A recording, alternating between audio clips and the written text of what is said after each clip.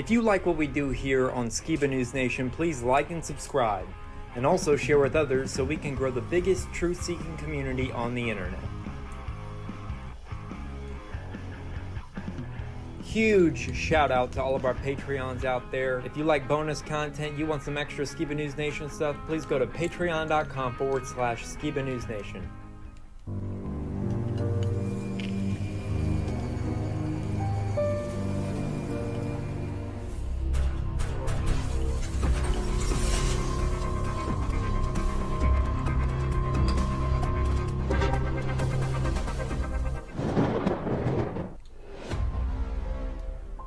Welcome to Skiba News Nation, bringing you unfiltered views, news, interviews, discussions, and more.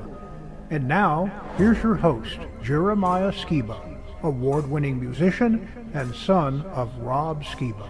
With the son of the legendary Rob Skiba, Jeremiah Skiba, what's up? With my great and insightful co-host, Mr. Jake Grant.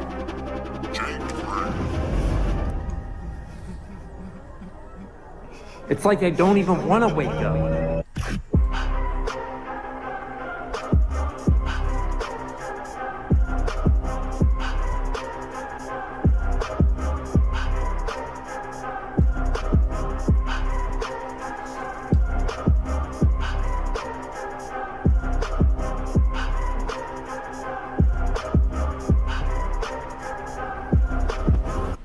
He's on a quest for truth.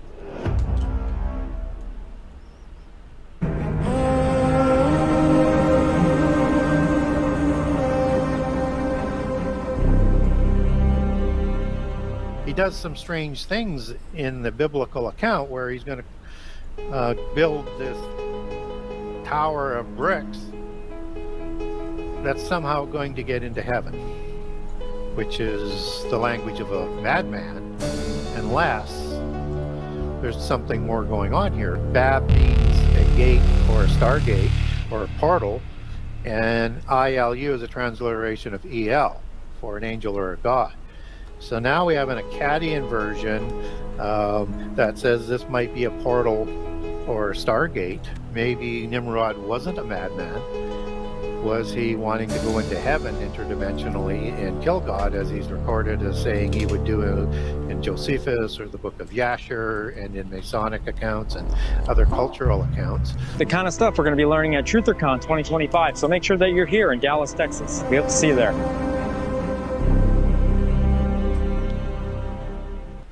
Hey Skiba News Nation family, welcome to episode 124 of Skiba News Nation, your weekly source of the latest news, controversial topics, conspiracies, forgotten history, and so much more. I'm your host Jeremiah Skiba, and today we're going to be talking about Ceasefire Broken, Israel and Iran deal falls apart, did Israel kill JFK? Trump versus the fake news, MKUltra and Nukes, a church shooter called out a guest that we've had on this show, woman falls into volcano, New York City may have a Muslim mayor soon. An all-new Opus Corner, this week for History's Mysteries, we'll be talking about the mysteries of the Grand Canyon, the forbidden, restricted, and top-secret areas, why are thousands of people going missing, and some cool UFO videos. Volume 19 of Please Excuse My Sense of Humor, memes, and much more. Now, as always, I'd like to introduce my great and insightful co-host and very talented musician, Mr. Jake Grant. Welcome, Jake. Hey. Hey, yeah, you're right. We are going to be performing next week at Hebrew Fest. I don't know if I'd say talented. I'd say maybe the Most High lead and guide us and bless our performance. Because, there's other talented musicians that far, surpass my present skill, such as yourself, Jeremiah. I don't know. I'm not the best, but I'm not the worst. So, somewhere in the middle, I guess. I will say I have never won an award, and you have. So I got to just lay that out on the table. Well, how about this? At Hebrew Fest, I will present you an award for Best Performer, and then you can call yourself an award-winning singer, songwriter, producer, whatever. And, yeah. Oh, man. Well, as long as it's made of solid gold and in the shape of like a box of popcorn. I'll try my best. But All right. all right, you got some good Fantastic. Well- current news for me? Yeah, I do. Let's get into it. All right.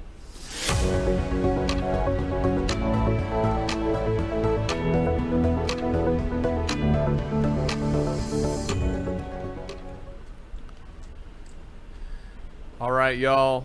We have some interesting clips this week. We're going to be covering Trump ending the war in the Middle East, being the big boss dog, and all of the meme goldage that has been produced from the interactions on the world stage that we've seen recently. I want to get to the obliterated part in just a minute, but I just want to read this fully so I get the context. Yeah. Whoever drops the next bomb is gay. In the month of June? Are you kidding me? This whole... What? That they don't know what the they're doing. Do you understand that? An interesting tie-in to the JFK assassination theory that a recent lawmaker has made public statements kind of nodding at. Very interesting. We also have a man surviving a direct attack in India, as well as India calling for President Trump to be given the Nobel Peace Prize. We also have some very interesting things with a Muslim mayor elected into office in New York City, and we're going to compare and contrast with some scenes that we see in Great Britain and in other parts of Europe, and what we could be seeing very soon in New York City. And then finally, just the concept that in LA there's money raining down from the sky. So you guys are going to really enjoy this episode. That's what we're talking about this week. Let's get into our first clip.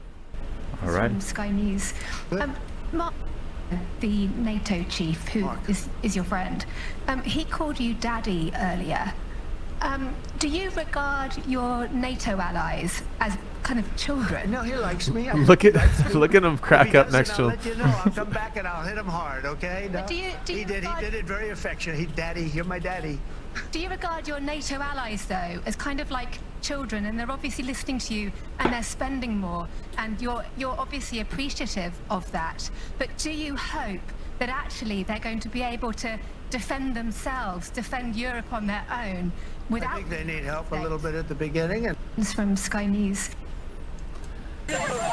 This moment happened. you know what? We basically have two countries that have been fighting so long and so hard that they don't know what the they're doing. Do you understand that? I'm not happy about that.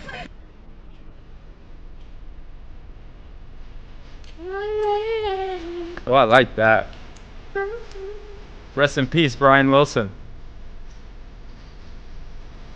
He posted this on his official X account. Love that.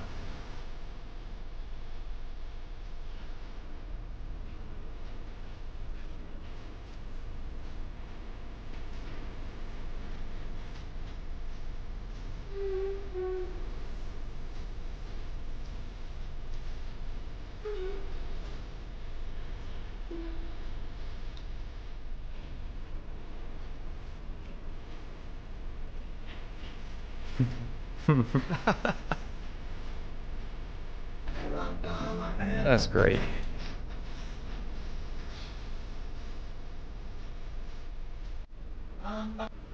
Okay, so breaking news, Iran and Israel have reopened their airspaces and everything has returned to normal.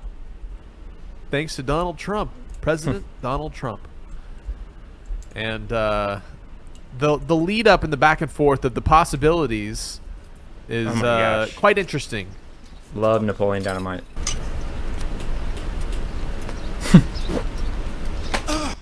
What the heck are you doing? That's what I'm talking about. That's what I'm talking about. Talking about. I ran out here acting like my president ain't got 34 felonies, 3 baby mamas, and already been popped once. He don't play. He don't play.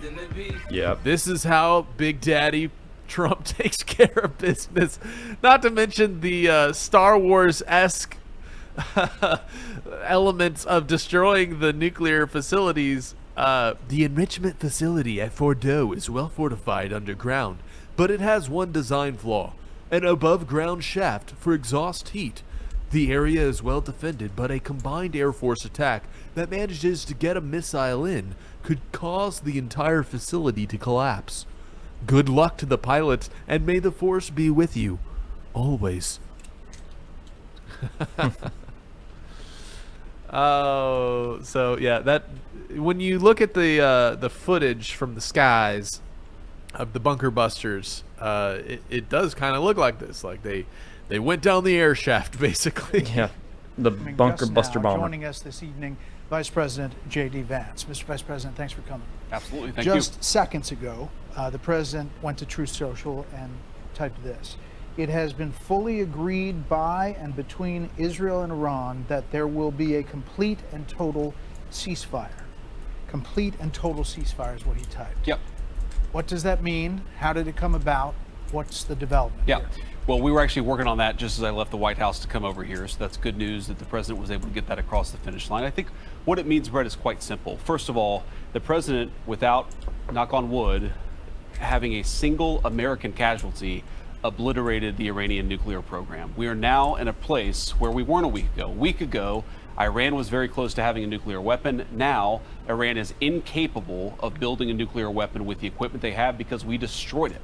So that's a very, very big thing. Now, what that means, I think, is we have to talk to Iran and, of course, to Israel about what the future holds. Because while we have obliterated the Iranian nuclear program, our hope and our expectation is that they're not going to try to rebuild that program. And I think that's what the President is really trying to figure out here, is to build a long-term settlement here to where we can have peace in the region, where our regional allies and, of course, the American people, most importantly, can be secured, but where we can ensure that the destruction of the Iranian nuclear program that has already happened is not something they try to rebuild. I want to get to the obliterated part in just a minute, but I just want to read this fully so I get the context. Yeah.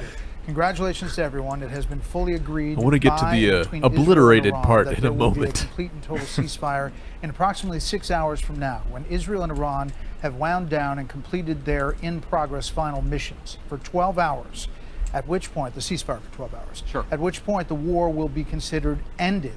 Officially, Iran will start the ceasefire, and upon the 12th hour, Israel will start the ceasefire, and upon the 24th hour, an official end to the 12-day war will be saluted by the world. During each ceasefire, the other side will remain peaceful and respectful on the assumption that everything works as it should, which it will. I would like to congratulate both countries, Israel and Iran, on having the stamina, courage, and intelligence to end what should be called the 12-day war.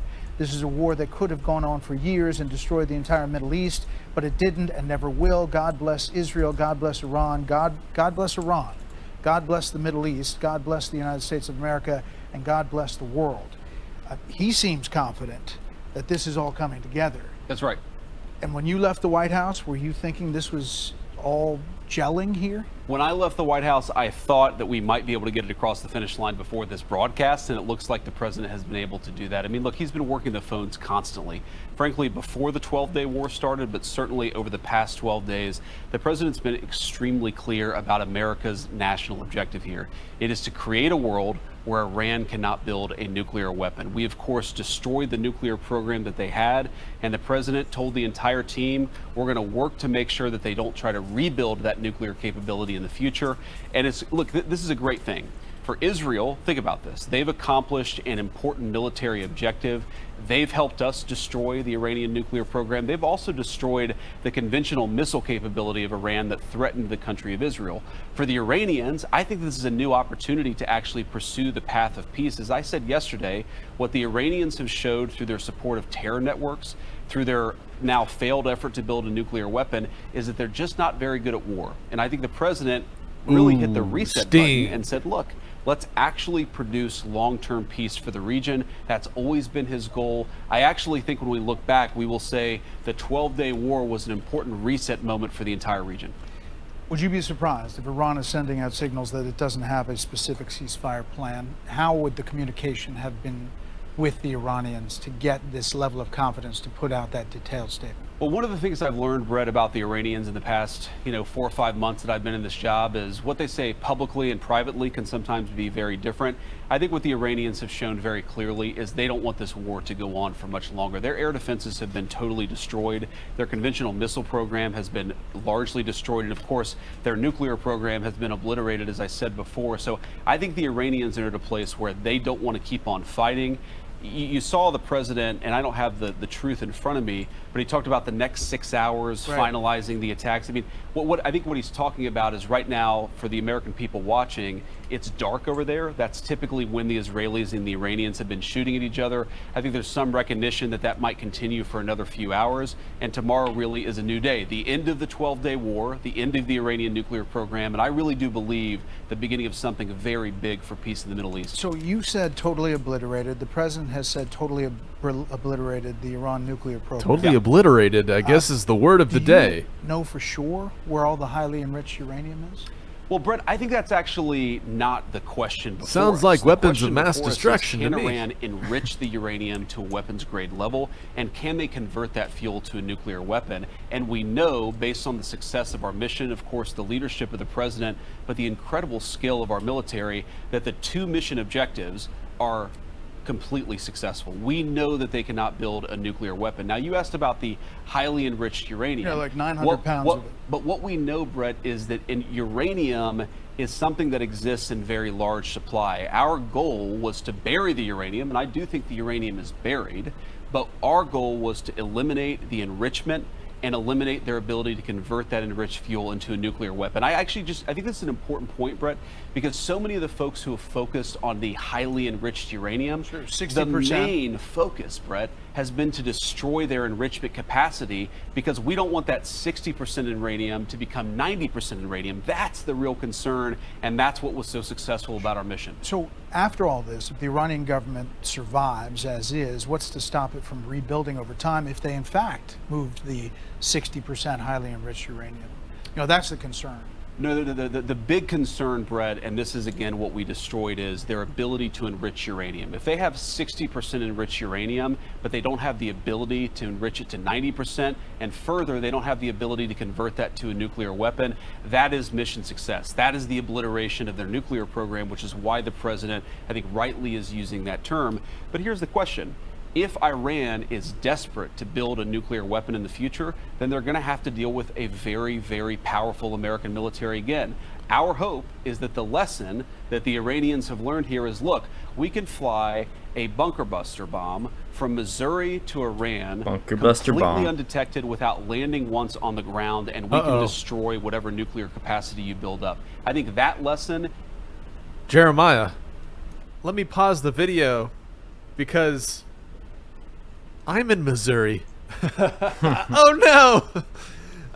Of all the things he could say, he just announced to the whole world that all of our big ones are in Missouri.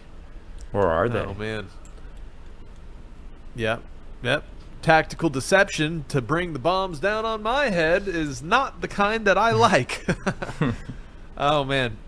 Anyways, I just wanted to point that out. I was like, man, like, is that a normal thing? Do they normally, they're like, oh yeah, well, I guess they're boasting over the fact that those planes flew across the world and back and never, touched down. They just refueled.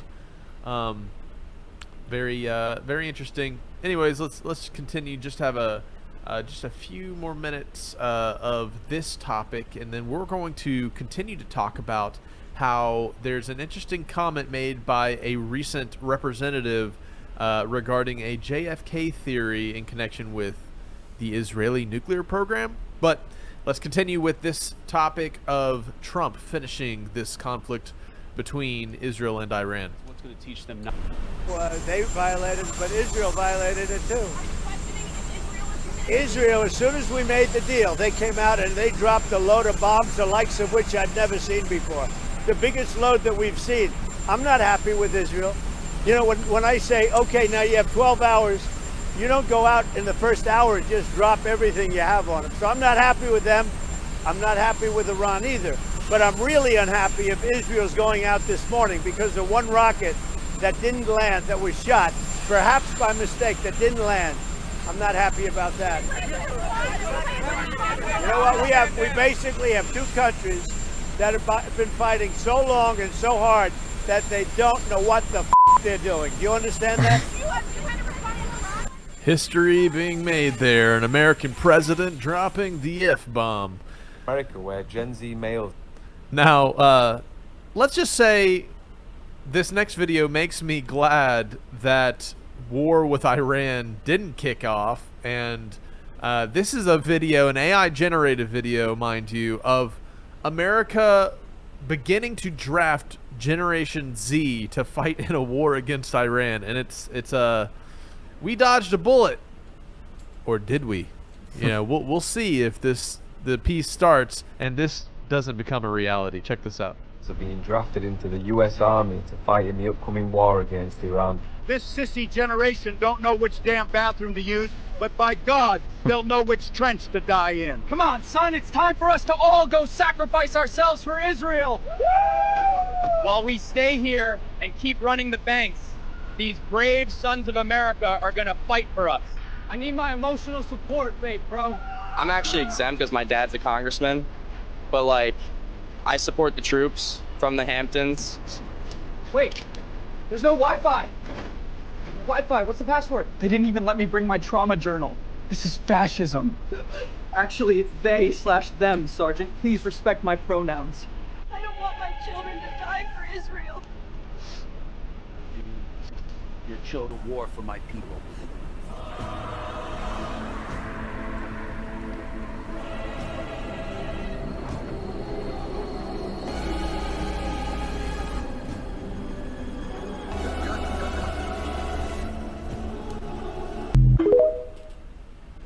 Okay, I know some of you crazy motherfuckers are calling for death to America and crazy shit like that. But let's get real, people. The new American president with the nice hair is not f***ing around, okay? He specifically told me he will shove a bunker buster missile up my ass if I ever harmed any American. And I don't know about you, but that shit sounds painful as hell. So let's all just chill a little bit, okay? I knew it was a bluff when Iran said this was their surprise. Breaking: Iranian state media claims there will be a surprise tonight that the world will remember for centuries.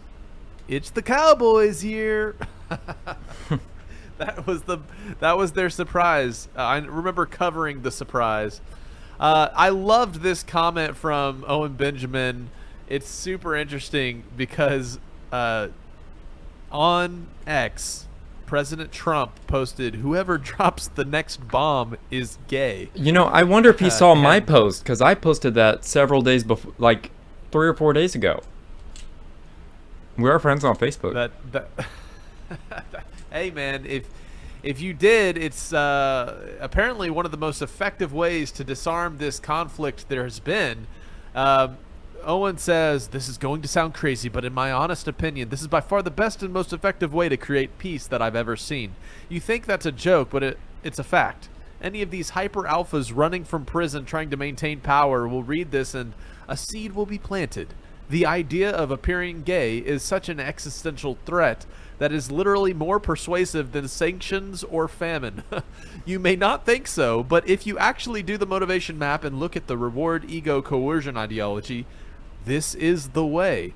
Reward: if you don't drop the bombs, you are honored as the straight one.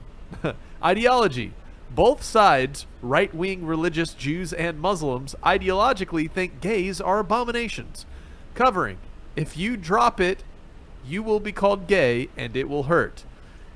So it's just hilarious. You know, the memeage, Jeremiah, that we're seeing come out of this is yeah, whoever drops the next bomb is gay in the month of June. Are you kidding me? This whole what?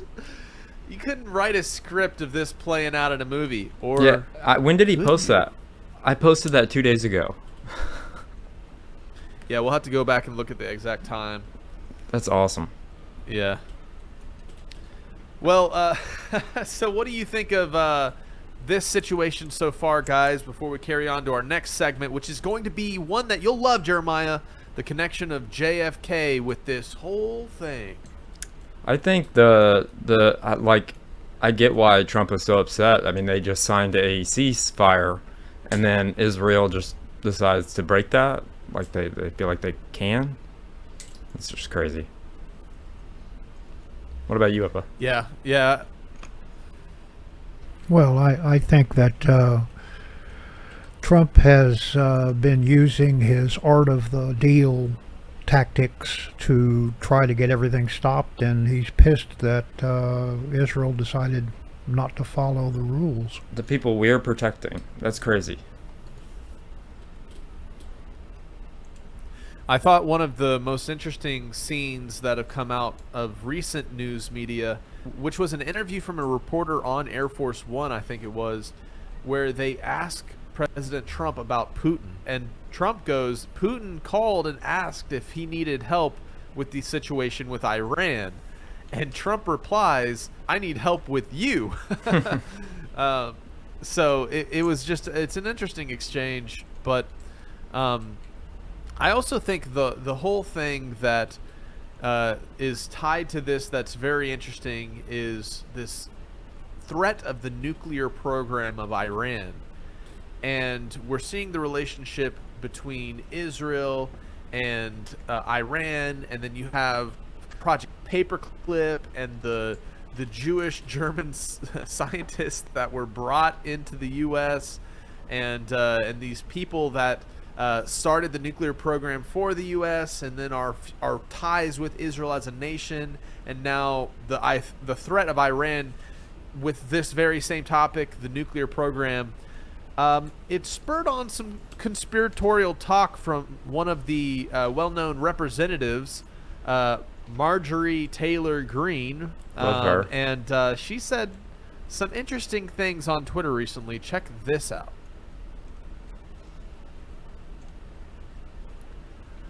So in a X post, you see at the end here, it's highlighted. We're going to zoom in and read what it is, but this was posted by Representative Marjorie Taylor Greene. And she said, there was once a great president that the American people loved. He opposed Israel's nuclear program, and then he was assassinated. Very interesting. Yep. She said, I am for peace. I oppose war, including wars Israel wages. Should I feel that my life is in danger now too? What about President Trump, who strongly rebuked Israel? Here's a clip. You won't find a single picture of JFK kissing the wall. Let's start off the theory. Did JFK know something? Well, apparently Gaddafi also said that Israel killed JFK. قتله واحد اسمه لي هارفي. لي هارفي. جاء واحد اسمه جاك روبي قتل لي هارفي قاتل كندي. لماذا قتله؟ That's the only words I understand. لي هارفي. جاك روبي إسرائيلي قتل جاك روبي. لي هارفي اللي قاتل كندي. لماذا هذا الإسرائيلي يقتل قاتل كندي؟ ثم جاك روبي قاتل كندي مات قبل إعادة محاكمته في ظروف غامضة. لماذا؟ ارجع الملفات. انا اللي نعرفها والعالم ممكن يعرفها واللي درسناها في التاريخ ان كندي قرر تفتيش مفاعل ديمونه الاسرائيلي، هل في قنابل ذريه والا لا؟ وعلشان كده تم تخلص منه. الامم المتحده الجمعيه العامه Wow, Gaddafi making claims.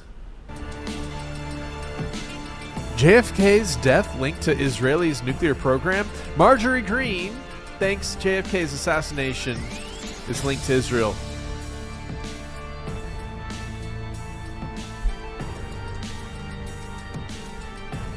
I bumped into her at a Trump rally. Really, really nice person.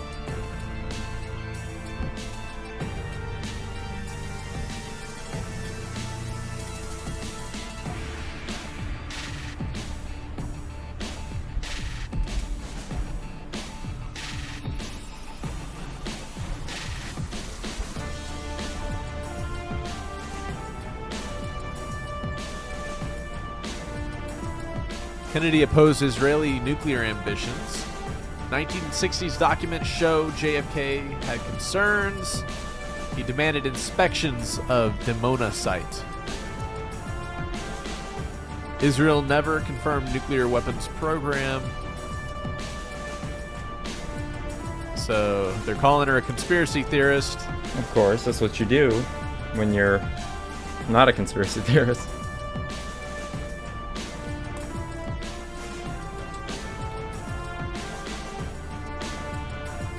I want to point out that in previous episodes, we've covered how in modern times, when they released the documents covering the assassination of JFK, one of the few things that were requested to remain redacted was any mention of Israel. True. That's a good point.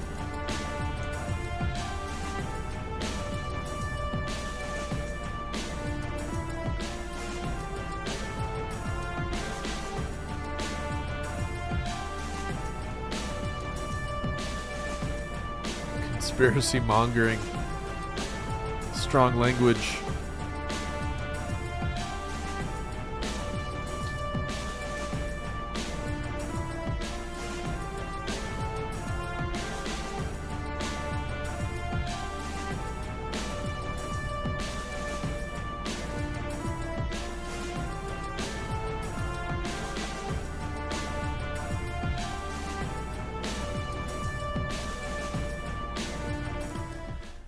Well, what are your thoughts, Jeremiah, that the representative made those comments online, hinting at the relationship between the assassination of JFK and the Israeli nuclear program amidst this time period where we're shutting down Iran's nuclear program?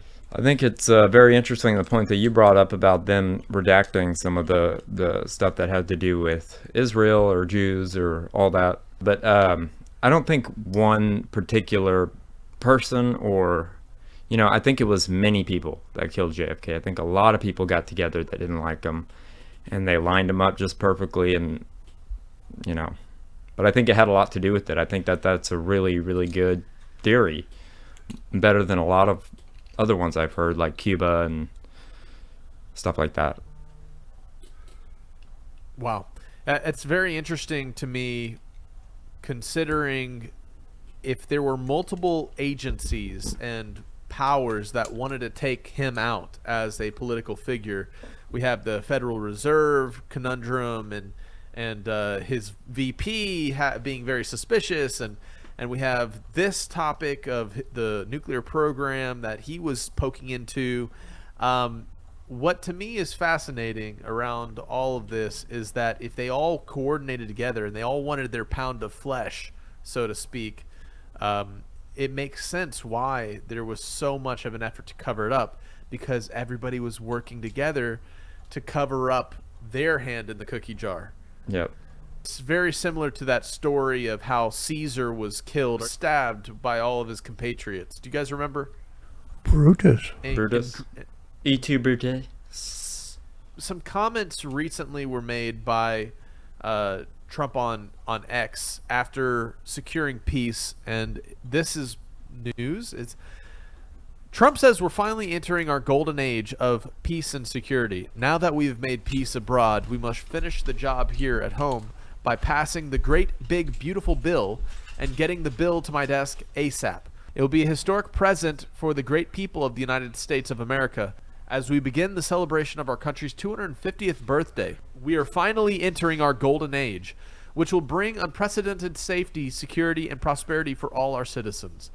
To my friends in the Senate, lock yourself in a room if you must, don't go home, and get the deal done this week. Work with the House so they can pick it up and pass it immediately. No one goes on vacation until it's done. Everyone, most importantly the American people, will be much better off thanks to our work together. Make America great again. Okay, so obviously I want to bring up the topic of the passing of the big beautiful bill, because we have all of these initiatives that have been announced at the very beginning of the Trump administration, and this big beautiful bill encapsulates the funding of the future progress of a lot of these plans. And some of those plans include Palantir, the AIization of American government. We have OpenAI being offered $500 billion defense contract to use their AI networking and services for the U.S. government. And then we have all of the stuff that goes into the infrastructure that this golden age represents. And so I would say it's very interesting. You had a back and forth between Elon and Trump over this big, beautiful bill and what it would contain. And so you have attention drawn to that. And so it makes me wonder what actually is going to be passed through the final iteration of this big, beautiful bill, and what and how are those funds going to be appropriated, because that will be the lasting fingerprint of pretty much this Trump administration and government, Republican-run government, is whatever is coming through this big, beautiful bill. And it is worth noting that other countries are very grateful for Donald Trump's strong presence on the world. Here we have Pakistan formally nominates President Trump for the 2025 Nobel Peace Prize in recognition of his role in negotiating peace between Pakistan and India. Here's this next clip, which breaks down how this is really a time unlike any other. Check it out. Fake news. Fortunately, nobody watches. Is anybody watching CNN nowadays? I haven't seen it in a long time. But some of your supporters are wary of the U.S. getting involved in another foreign war, and some believe that we should support. Do you ever ask a positive question at CNN? My supporters are more in love with me today, and I'm in love with them more than they were even at election time. Israel stays in place, and that is part of the discussion, right? Yes, absolutely part of the discussion. And, you know, I remember, Dan, at one point being in Tehran years ago, and they're chanting death to America all around me, even as I say, oh, I'm an American reporting for CNN, and they were happy to speak to me. So that those two is sort of jarring realities of the chant, and yet the friendliness. I report for CNN, and so they let her live. But I am hearing from some in Iran that I have not heard this from before, a sense of deep uncertainty about the future and of what happens next, and also of what the role is of the supreme leader. Now, we've heard that he's 86. We know his health has been ailing, but that in this moment, where everything that he has stood for and put Iran on the line for, which is giving up economic future, giving up so many bright stars who have left the country, all in the pursuit of a nuclear program designed to counter Israel, right? That all of that being put on the table has, for the first time from some, I have heard, what was all of this for? What was all of this for when the leaders, the religious leaders of this country have focused on things like women's hair and what they wore? So, you know, it's unclear how far things like that will go, how much of that is emotion in a moment that is exhausting and stressful and has meant a lot of failure for Iran, or how much of this is something bigger. But in the context of a regime change, the Ayatollah, the supreme leader, being in a bunker underneath Tehran because he was at fear of his life when this deal was done, and perhaps being out of contact with the people who had to make the deal is something that, as we look back on this moment, may end up being a very significant reality that as the timeline plays out and we see where this goes, we look back and say, okay, that was something very important. השגנו ניצחון היסטורי, והניצחון הזה יעמוד לדורות. הסרנו מעלינו שני איומים קיומיים מיידיים, איום ההשמדה בפצצות גרעין ואיום ההשמדה ב-20,000 טילים בליסטיים. אם לא היינו פועלים עכשיו, מדינת ישראל הייתה עומדת בקרוב בפני סכנת השמדה. אבל זה לא קרה. אם מישהו באיראן ינסה לשקם את הפרויקט הזה, נפעל באותה נחישות, באותה עוצמה, לקדוח כל ניסיון כזה. אני שב ואומר, לאיראן לא יהיה נשק גרעיני. באותה עוצמה, באותה נחישות, השמדנו את תעשיית ייצור הטילים של איראן. הרסנו עשרות מפעלים לייצור טילים, פגענו קשות במלאי הטילים. השמדנו את רוב המשגרים, במקרים רבים, השמדנו אותם דקות לפני שהם שיגרו את טילי המוות לישראל. And if you could elaborate further on why you're arguing that this U.S. attack on Iran has destabilized the world to, as you say, nuclear countries, nuclear bomb-capable, countries, both the United States and Israel, attacking a non-nuclear country, Iran, what it says to other non-nuclear countries around the world, who gets attacked and who doesn't.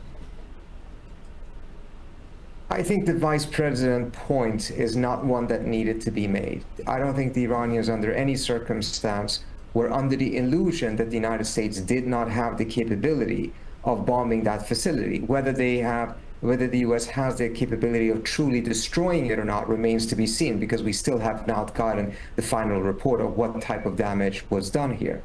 I fear that the conclusion the Iranians will draw, which goes to your second point, is, and not just Iran, many other countries as well, is that you had here two nuclear-equipped countries attacking a non-nuclear state in the midst of negotiations, despite the fact that none of the nuclear-equipped countries had been attacked by non-nuclear states.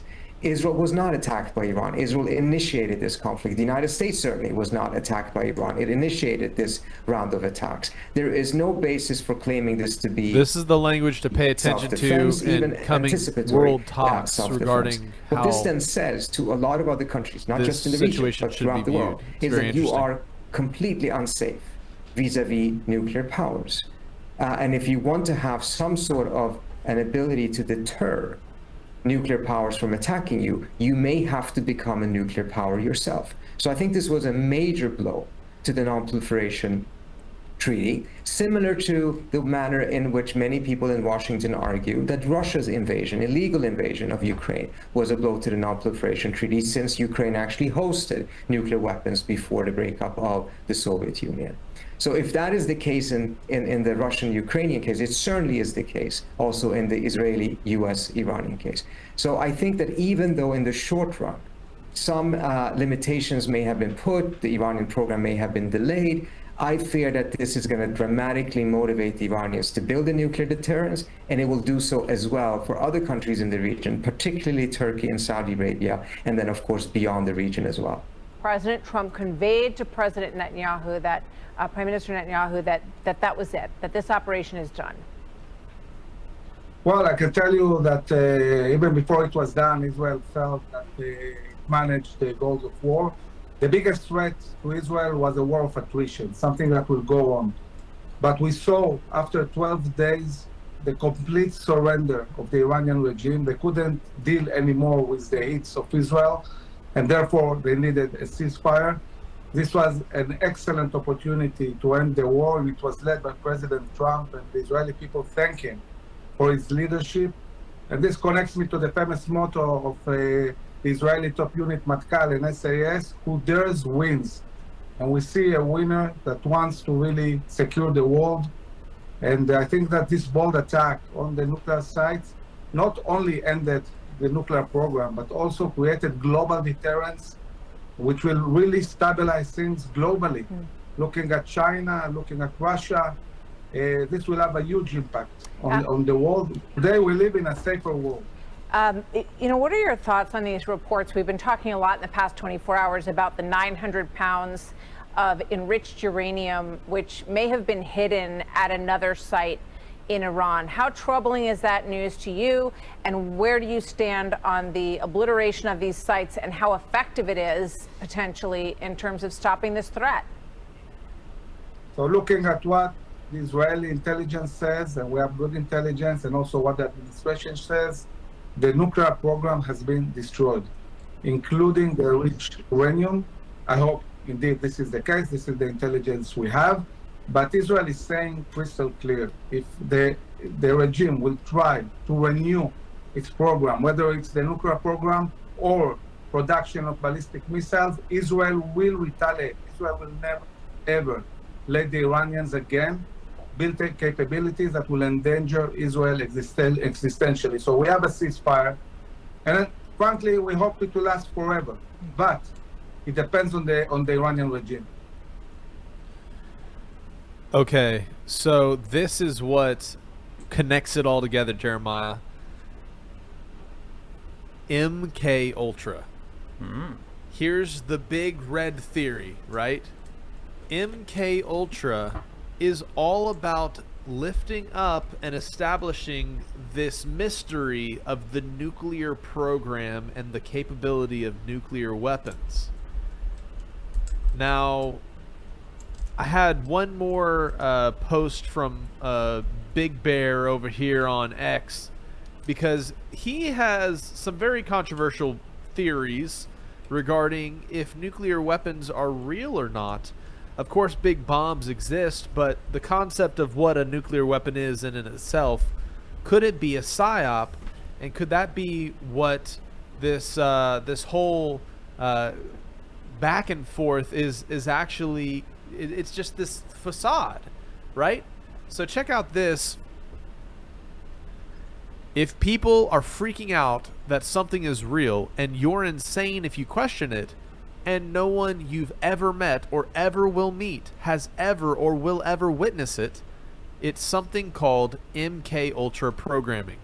It's not in some lab that this happens, it's in TV and film. Teeth being under your pillow is more evidence of the tooth fairy than there is any evidence of any nuclear bombs. Scream all you want, the one thing you can't do is provide any coherent evidence or a reasonable response to the absolute fact I just stated. But you need them to be real or else you're the bad guy. I get it. I'm not judging you, just know that you aren't getting away from anything. It's all accounted for. So, very interesting. Have you ever heard of this theory that nuclear bombs, as we've been told, are not real? I've heard a little bit about it, but I haven't done a lot of research on it. But I have heard a lot of people say that they didn't think that they were real. They were all made up just to start war. It's fear is a very powerful controlling agent, and no matter what type of weaponry or bomb exists, fear and the fear of what could be can be used to justify a whole slew of actions that otherwise wouldn't be allowed. Do you get where I'm getting at? Yep. And so this concept of, let's look at current events. Iran building a mystery weapon that they need to be stopped before they can create it. I mean, just something worth looking into is all I'll say. And any connection with going all the way back to JFK and some very famous names who have all been tethered in some form or fashion to MKUltra. Well, you remember when we watched those nuclear videos of the bomb like exploding from way back when, and they looked fake, like they looked like models? That fits into what you're saying, kind of. Like it kind of makes sense in the grand story. Well, I do think that the U.S. and Russia definitely have an arsenal of nuclear weapons. Now, whether other countries do or not, that I can't say. And I agree with you, Jake, that, you know, the fact that you keep harping on the fact that Iran is going to create a nuclear bomb is an excuse to try to get things changed. Even though they probably, it's like Iran, you know, you have the weapons of mass destruction that never ever got found. And in Iran, you know, who knows? All I'm saying is it's interesting, and you know, not everybody agrees with Owen Benjamin's theories that nuclear bombs don't exist, but it doesn't take away from the spotlight of what that topic justifies. And that's kind of what I'm getting at in terms of what I want to cover, is that fear is a good motivator. And it helps a lot of people side with you. And so it would be like Reagan talking about aliens and how we long for this common enemy to unify all of mankind. And currently, that common enemy for at least the USA and Israel is nuclear bombs. Or illegal aliens. Maybe that's the kind of alien he meant. Might add China to that list of having a nuclear arsenal. Yeah. Yeah, they're so good at copyright infringement. They probably had the nuclear bomb way before anybody else. Well, they've got some pretty smart people over there in China. So maybe they obviously did get some information to help them along. But I think they've got the people there now that can certainly handle it without any trouble. Now, Iran, on the other hand, I'm not sure their scientists are fully up to creating a real nuclear bomb. I think their missiles are kind of not great either. They're not up to world class. Well, Jeremiah, on a lighter note, I think you'll really enjoy this next story, which is a prank having to do with famous name Johnny Cash that happened just recently, covered by MSNBC. Check this out. That's not rain. Somebody shot a water tower, shot the silhouette of Johnny Cash in a very sensitive area. Standing proud, holding a guitar, and emptying this 50,000-gallon water tank all over Kingsland. Nope, that's not rain. I've seen that. That is so funny. I mean, there's some pranks that are extreme, right? Well, I think Johnny Cash would have even thought that was funny. Johnny Cash would have thought that was hilarious. There's some pranks that are extreme, but then there's some pranks that are extremely funny, and it can justify, the common plus to humanity is we all get a little chuckle, and the amount of years added onto our collective lives just from that little boost of endorphins probably would be more impactful a few years ago, before the age of scrolling doom and gloom, never-ending scrolling media. But if we can take a pause and just appreciate the humor. Yeah, that's why we like to include funny things on Skiba News Nation, because even though it might be all doom and gloom, or it might seem like that, it's always important to laugh because, like you said, the endorphins and just, it makes you feel better, makes you feel good. Yeah. Hey, man, we had a guest recently, Bryson Gray, that had a very interesting, I guess, connection to a shooting that happened. Apparently, the guy who tried to shoot up the Crosspoint Church in Michigan mentioned Bryson Gray by name in his online interactions. That's crazy. And so this Brian Browning gentleman called out Bryson, and that's pretty crazy, man. Pretty crazy indeed. And we have currently across the United States a slew of stories around church shootings and such. Here's one. A suspect admits he crucified the New River pastor and planned to kill others who lead flocks astray. So you're having this vigilante, anti-Christian shooting kind of common theme. And there's a whole lot of people that if you don't agree with their doctrine, they will absolutely call you like a devil or a demon incarnate. Doctrines of devils that some people can be turned to extreme lengths, and they think they're doing service to God, but really they're just crazy. Yep. Found murdered inside his home a week after Easter. For weeks, the community was on edge, wondering what happened. After getting caught, the alleged killer made a bizarre choice. He went on a media tour to confess why he killed the man. Led into the room in shackles, Adam Christopher Schief admitted to murder. Did you kill Pastor Bill Scheineman? Yes. He said Pastor Bill was the first in a plot he called Operation First Commandment, aimed at killing and then crucifying 14 Christian leaders across the country. What followed in all the interviews was a twisted interpretation of the Bible, an intense reverence of the Old Testament, and a clear hatred of Jesus. According to his own words, his motive was fueled by his religious beliefs, namely that Christianity is wrong. The Bible should only be the Old Testament, and Jesus is not the Son of God. So when I was reading the Bible and studying it, I was like, what is this? And so that's when I felt in my heart to learn Hebrew. I taught myself Hebrew. I got the original Hebrew script. I don't know where Jesus came from. He's nowhere in the original Hebrew Bible, which is called the Old Testament. The New Testament says, oh, well, that's the old and this is the new. Says who? That's not what God said. God said his laws are eternal and they're forever and never to be annulled by anyone. Oh, there's a new covenant, they say. God's laws have been annulled. Just worship this man and you go to heaven. That's what Satan would say. Did he say anything to you? Did you say anything to him during this? Yeah, I said, are you praying to Jesus right now? And he said, yes. And I said, good, because he can't hear you. God the Father alone is God is the first commandment, and the son that wears the crown is Adam. Jesus is the son of Satan. And he said, oh, come on. And then I said, hold still. And I executed him.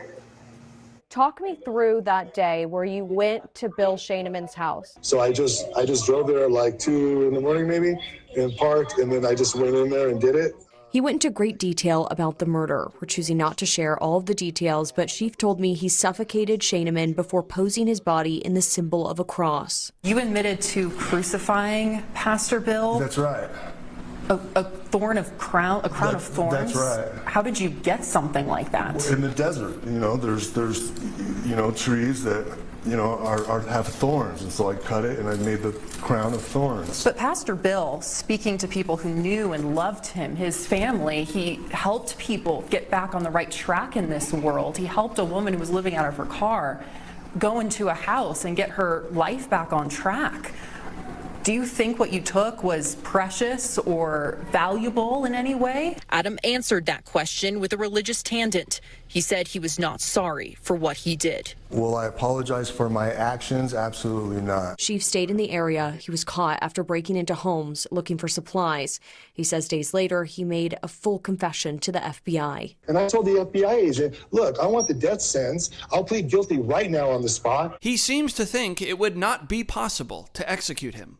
And I want the execution date right now. Let's set the execution date and let me demonstrate what happens when you try and kill God's son. It's not going to happen. When I say put me on death row, I'm not saying I want to die. I'm saying you can't kill me, and I'll demonstrate that. I do want to ask you, have you ever considered that you're just mentally unwell? No. I mean, maybe I'm the one that sees the truth, and maybe it's everybody else that is deceived by Satan. Going back even further, we found records in 2013. Schief was arrested on accusations of domestic violence. He was suspected of choking a woman and holding her against her will. Schief also served time in federal prison after he was sentenced for bank fraud and ID theft back in 2018. Well, so here's a very interesting video that happened in the skies of Switzerland recently.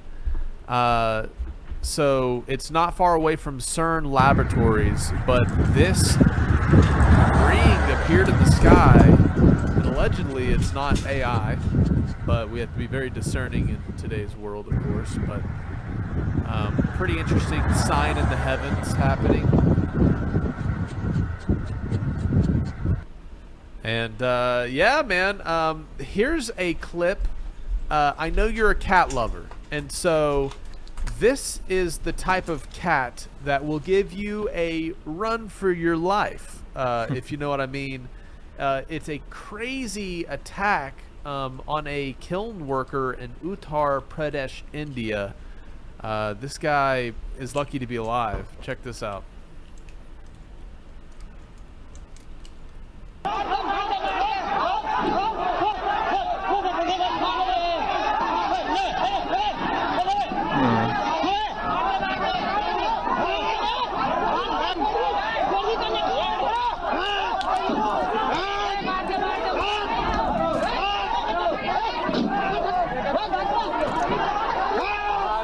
I want to know why he was in there. This is a wild jaguar that it looks like it's in a pit. Kiln. It looks like a pit kind of for maybe a zoo.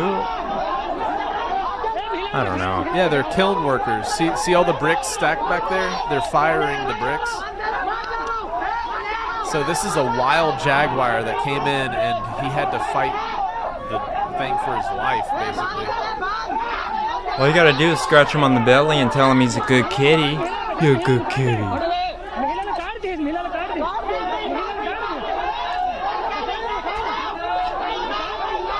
I hope they both lived.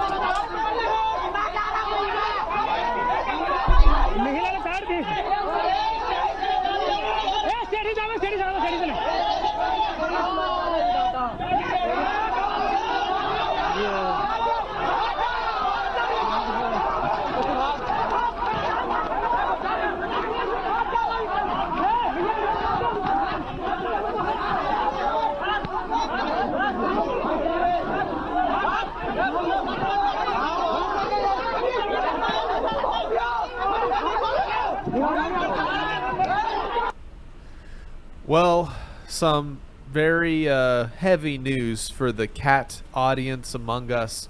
A unsuccessful hunt from one of your greater feline ancestor relatives.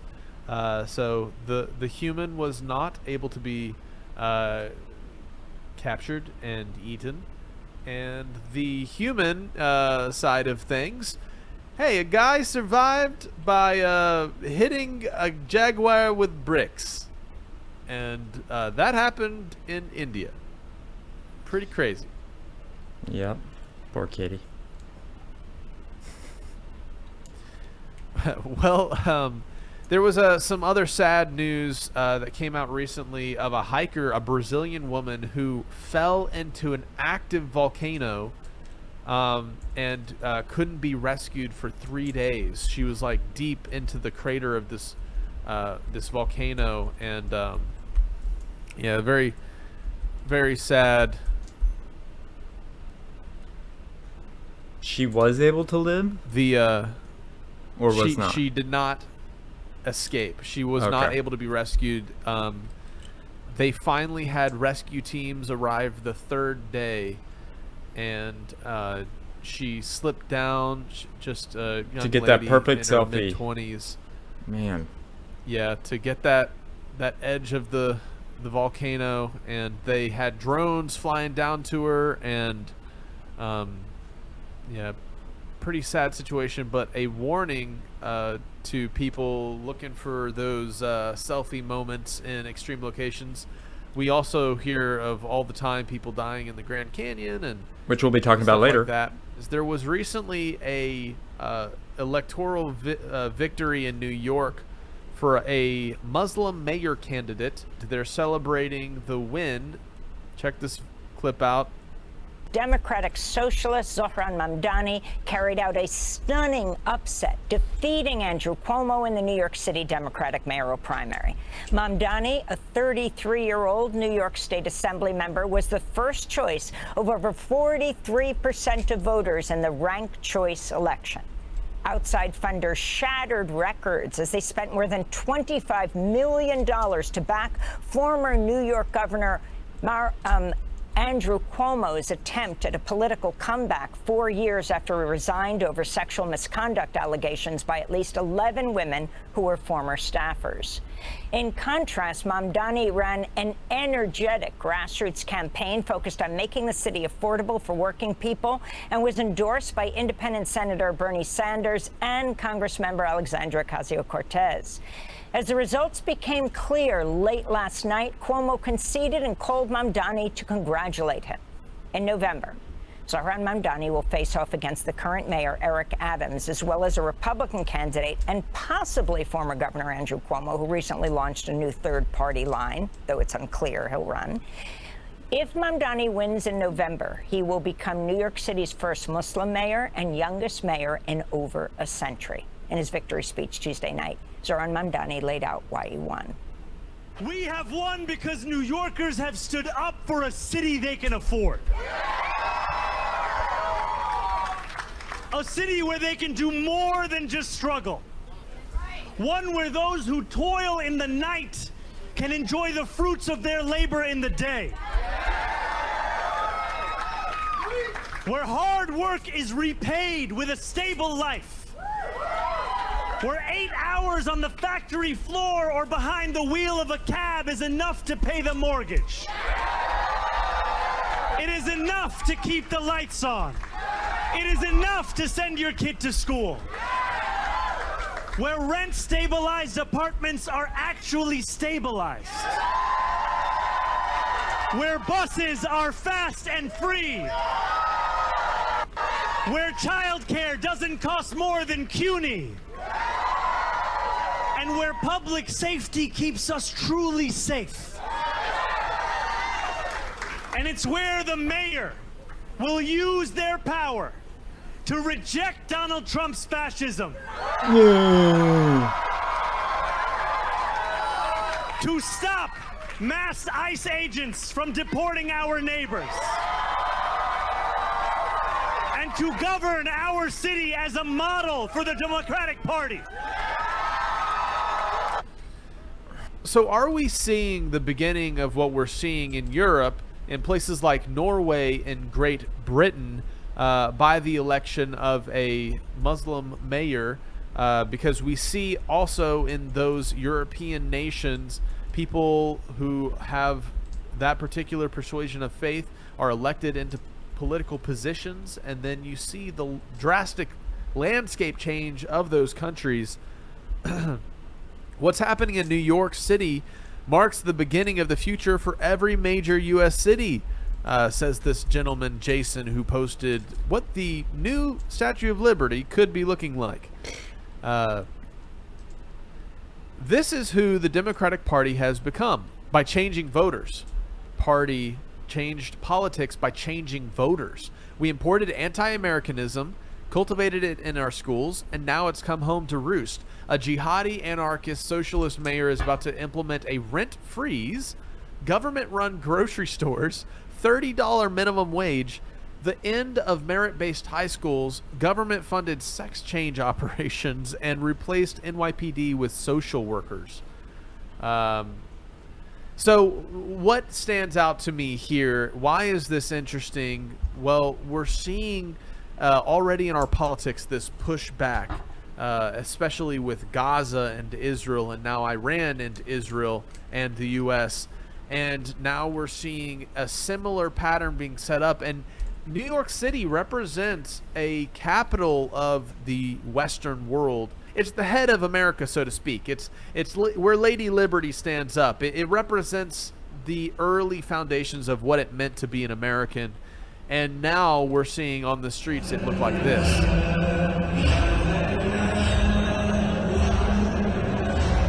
Except that's not New York yet. This is Great Britain. It's very interesting how political changeover has directly influenced some of these European nations. So these are the streets of places like Norway and Germany and Great Britain right now.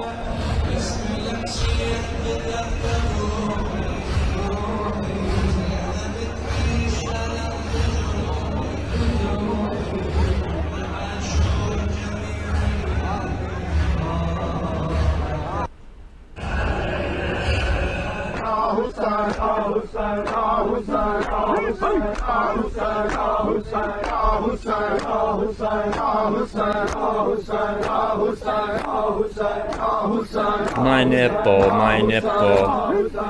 That's what they're saying, right? Ow, my chest hurts. Left nipple, right my nipple, chest hurts. right Ow, nipple. my chest hurts. Ow. Nothing says manly like slapping your man boobs. Yeah, I think what's so interesting about those scenes is these are iconic British locations. You have like the Tower of London there. They're on London Bridge. And you're seeing these landmark locations just taken over. And you see it already, persuasion pushing this for the streets of America itself. Check this out. Muslim. The mayor of Birmingham is a Muslim. The mayor of Leeds is Muslim. The mayor of Blackburn is Muslim. The mayor of Sheffield is Muslim. The mayor of Oxford is a Muslim. The mayor of Luton is a Muslim. The mayor of Oldham is a Muslim. The mayor of Rochdale is a Muslim.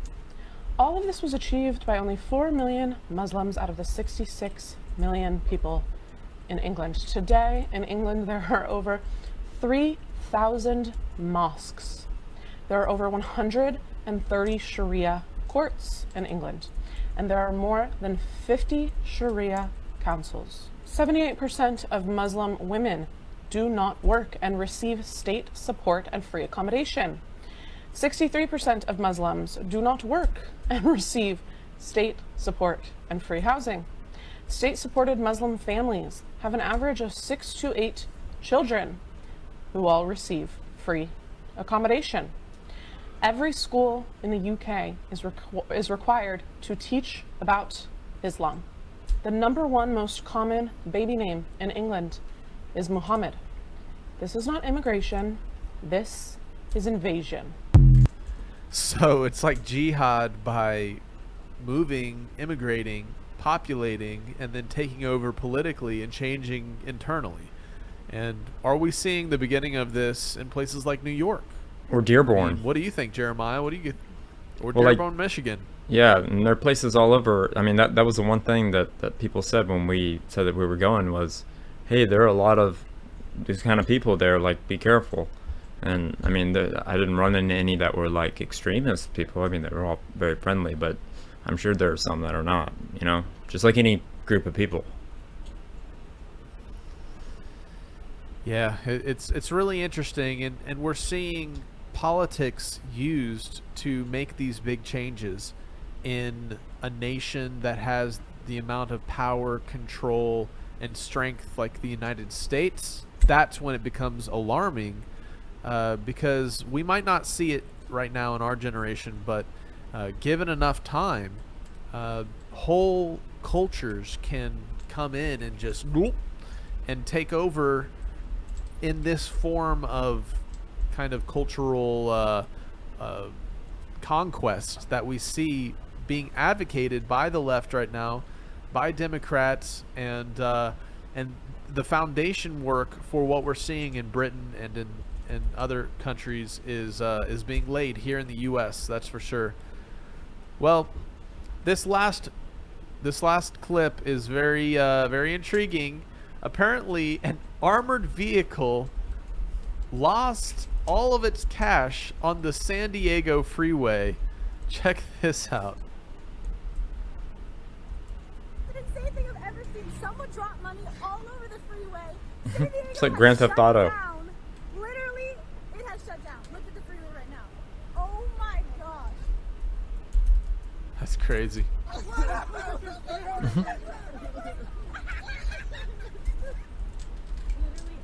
Now, I don't recommend Grand Theft Auto the game. I mean, it's a really horrible game and what happens in it. But have you ever played it, Jake? Yeah, when I was younger. Yeah, when you can blow up those money trucks and run around and collect all the money. That's what it reminds me of.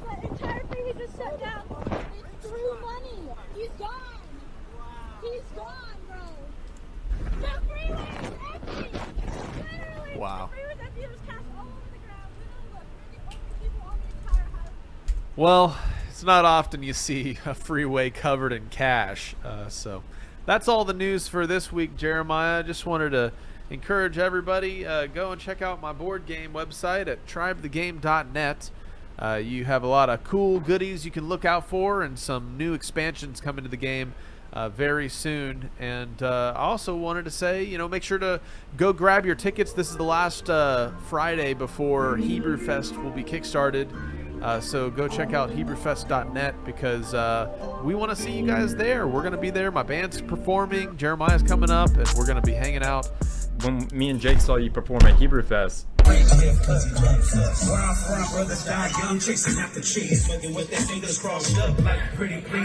that was awesome. Like, just what you did on stage and how you were able to do it. And I was like, man, this doesn't feel like what I'm told is Christian rap. Like you were fun. Like it was fun to listen to you because you just spit the truth. Y'all ready? You give Bible chapter and verse right now. Hey, chapter and verse. Hey, chapter and verse. Hey, chapter and verse. Please don't give me feelings, give me chapter and verse. Hey, chapter and verse. Hey, chapter and verse. Romans 2:6, you judge according to your work. But you say that ain't what pastors preaching in your church. Like you just tell it like it is. What does that say? Hebrew Fest 2025.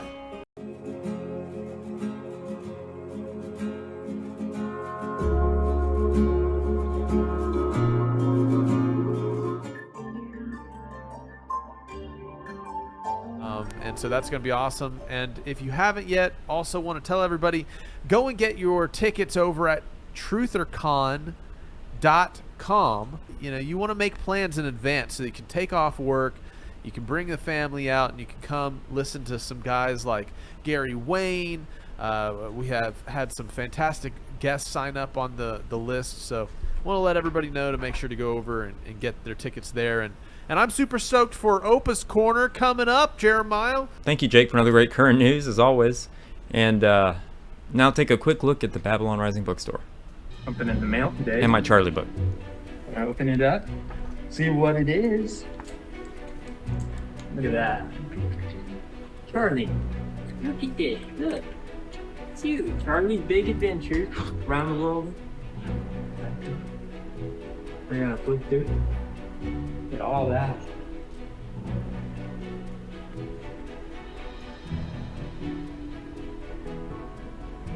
Look at those things. Here they are. Two Danny's Gold. So you can buy it on Amazon, but you can also if you guys buy this in our Babylon Rising bookstore, you get a free signed copy for the same price. So I just wanted to throw that out there. If you guys want a special edition of the book, go there. Check out our new and improved BabylonRisingBooks.com, where you can get Rob Skiba's books, bundles, DVDs, DVD-ROMs, videos, and so much more. You can even get Sheila and Jeremiah's books, so check it out now. Yeah, so check out our Charlie book. We got our second one already written, and we're going to start making the artwork soon. And it's about Bigfoot. You heard it here first. But it's about that time for the all-new Opa's Corner. Take it away, Opa. Mein Hut, der hat 3 Ecken. 3 Ecken hat mein Hut. Und hat nicht 3 Ecken, dann ist es nicht mein Hut. The strange, the bizarre, the unexpected. These are the kinds of subjects a man named Robert L. Ripley challenged us to believe it or not. Believe it or not. Believe it or not, you. Wally, believe it or not. Believe it or not. Believe it! You're a loony. More than half of American adults still have their childhood teddy bear. Believe it or not. U.S. fashion designer Michael Kors worked on his first project, redesigning his mother's wedding dress for her second marriage when he was only 5 years old. Believe it or not. The small town of Lino in Fukushima, Japan, is considered a home to aliens by locals, with 452 U.S. sightings reported in 2022 alone. So many you don't even notice. Believe it or not. During the 19th century, doctors recommended growing a beard as a way to prevent illness. Hey, does it help, Jake? Hey. Believe it Yes. Or not. Inmates at federal prisons in Brazil can reduce their sentences by reading books and writing reports on them. Wonder if they had cliff notes. Believe it. Or not. The Beatles' song, Martha, My Dear, was named for Paul McCartney's pet sheepdog. I didn't know he had any sheep. Believe it. That's fine. Or not. During Milan Design Week in 2022, McDonald's Italia unveiled Table Bag, a limited edition recyclable takeout box that could transform into a small table. I wonder if it would match my chairs. Believe it. Or not. A marble bust purchased for $34.99 from an Austin, Texas thrift store in 2018 by antiques dealer Laura Young turned out to be a priceless 2,000-year-old ancient Roman bust that had been missing from a German museum since World War II.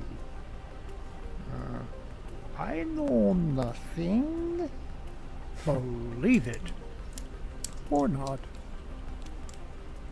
Extreme ironing is a sport in which people take ironing boards to remote locations and iron wrinkled clothes. Betcha it'll be an Olympic sport soon. Believe it. Or not. Some parents in the U.S. claim their children start to speak in a British accent after watching Peppa Pig TV show. You know what I mean. Believe it. Or not. Jellies have survived all 5 of Earth's major mass extinction events. Could they be aliens? Believe it. Probably. Or not. Babies born on a plane flying over the United States can claim U.S. citizenship. Believe it. Or not.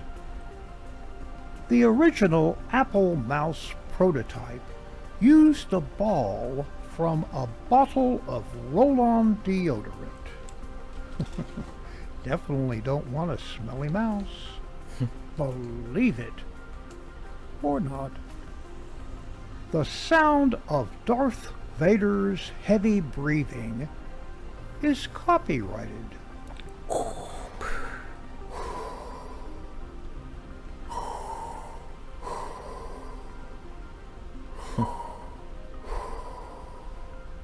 Believe it. Or not.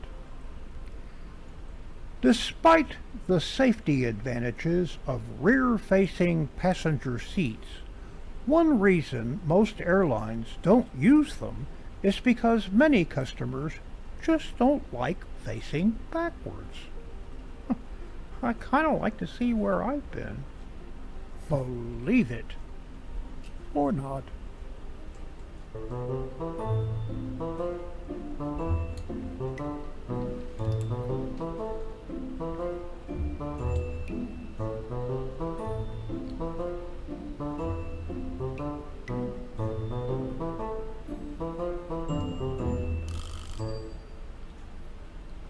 I told my wife she was drawing her eyebrows too high. She looked surprised.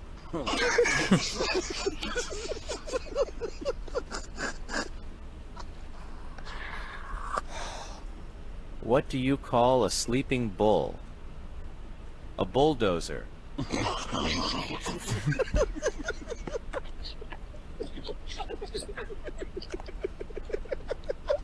Why did the cookie go to the doctor? Because it felt crummy. So. Why did the banana go to the doctor? Why? Because it wasn't set peeling well.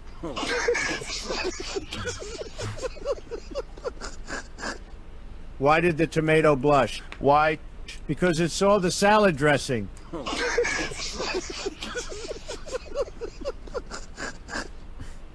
What's stronger than love? But the grip on my sippy cup. How to avoid bad day? You wake up at night? Why did the cow go to space? Why? To see the Moon.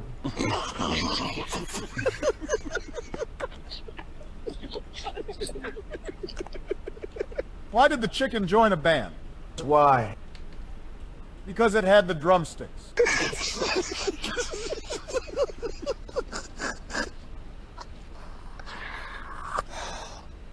Hey, what do you call a Mexican that lost his car? I don't know. Carlos. Why did the mushroom go to the party? I don't know. Because he was a fun guy.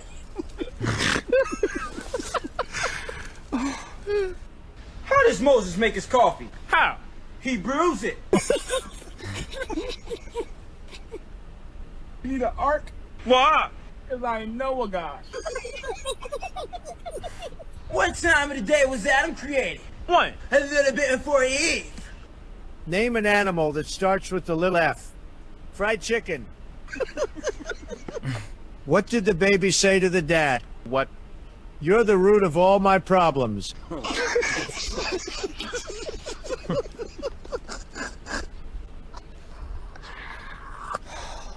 Why did the baby break up with his pacifier? It was a sucky relationship.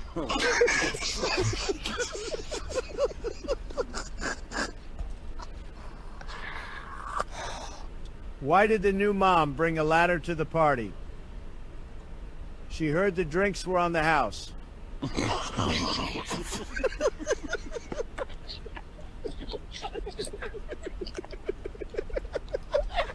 You know that stuff that they're selling now at the local shop? Which stuff? I can't believe it's not butter. Oh, yes. Well, you know, I can't believe it's not butter. Yeah, well, I believe that is the idea, yeah. Then yesterday, I went to Crookenden and I bought this other stuff, like a sort of home brand, you know. Yes. And, you know, I can't believe it's not butter. I'm losing you now. Oh, right. Well, you know I can't believe it's not butter. Yeah. You think it is butter? No. I mean, you know the stuff that I can't believe is not butter is called I can't believe it's not butter. Probably, yeah. Well, I can't believe the stuff that is not I can't believe it's not butter is not I can't believe it's not butter. And I can't believe that both I can't believe it's not butter and the stuff that I can't believe is not I can't believe it's not butter are both in fact not butter.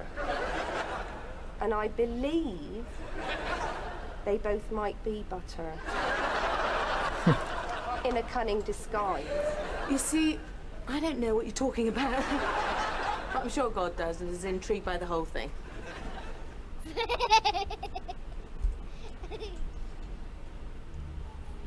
I was going to tell him to take a silly photo next, but I don't think I'll bother.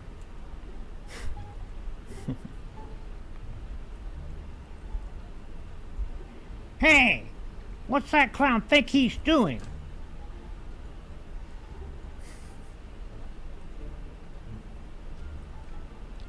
I believe there's a misspelling on the menu.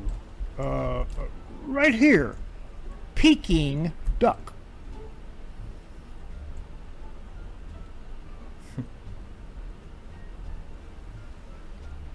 I don't like doing these immigration raids, but it's gotta be done. That's funny. This antidepressant works best if you take it with water lapping near your hammock on a Caribbean beach.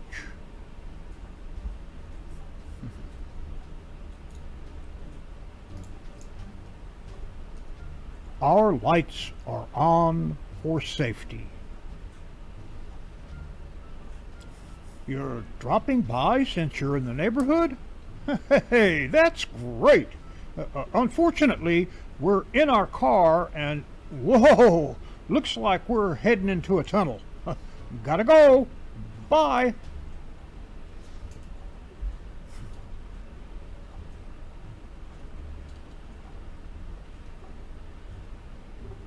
When I said never bring a knife to a gunfight, I figured the spoon and fork were also implied.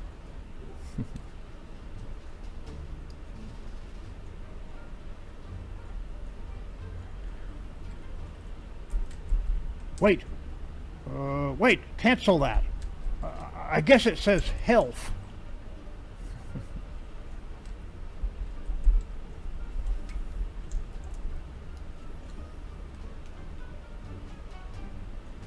Hey, I'm trying to pass the potatoes. Remember, my forearms are just as useless as yours.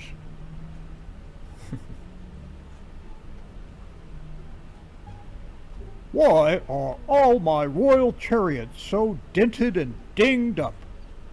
Hail, Caesar! Very good, but again, what happened to my chariots?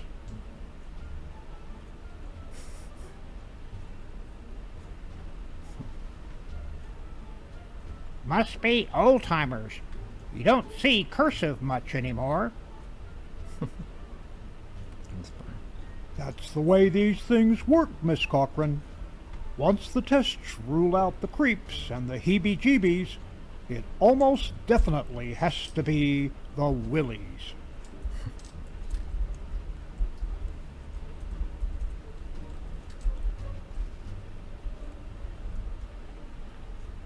Exercise gives you energy, but you need energy to exercise. Sounds like a pyramid scheme to me. I like that artwork on that cat. Stop right there, young lady. You're not going anywhere with that easy password.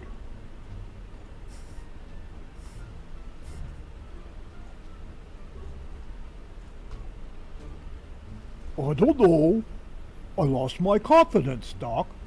Some days I feel like I'm only a borderline collie.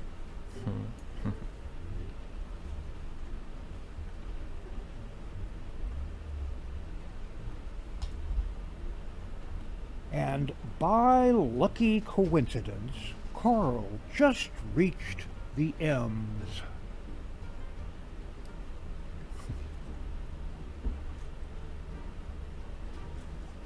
Looks like it was Louis Toe Shoes Vallone. This was no ordinary robbery, boys. This was a finely choreographed ballet. Yeah, a finely choreographed ballet. Mission Impossible. The final wrecking. Your mission, should you choose to accept it, infiltrate their headquarters and locate the Chalice of Destruction. Nudge it. Nudge it again. Then nudge it once more until it falls and shatters.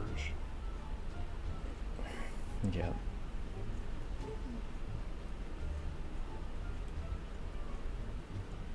I'm going to need you to pop open the trunk too.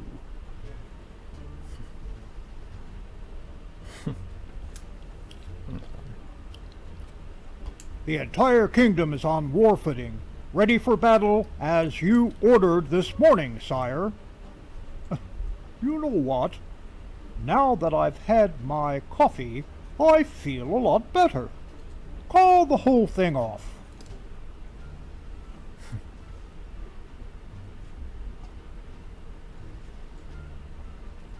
Oh, don't worry about that. The staff can't seem to keep anything alive around here. Oh, Yeah, I can't meet today. Totally swamped. 9 a.m. Stare out window. 11. Clean rear. Knock coffee mug off desk. 12. Lunch. 1. Sleep. 4. Do a little nip. Roll around, pass out.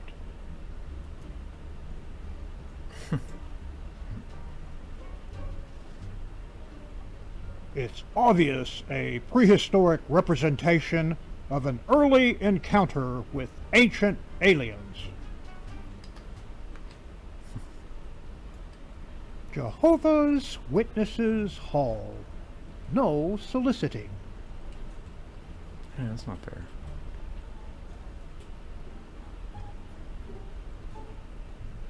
Other scary characters of Sleepy Hollow. No, that's my brother. I'm the horseless headsman.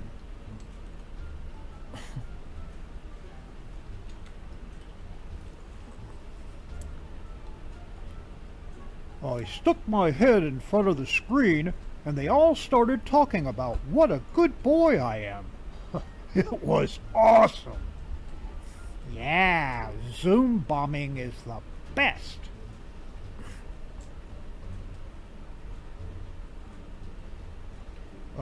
No, sir, Mr. Tucker. See the bell and the donation bucket? These aren't army ants. These are Salvation Army ants.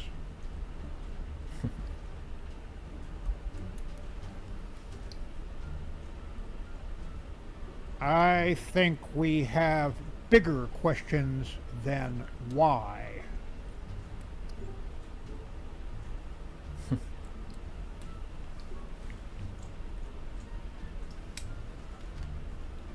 Turn yourself in? Look, lady, confess all you want, but for the last time, there's no law against eating peanuts.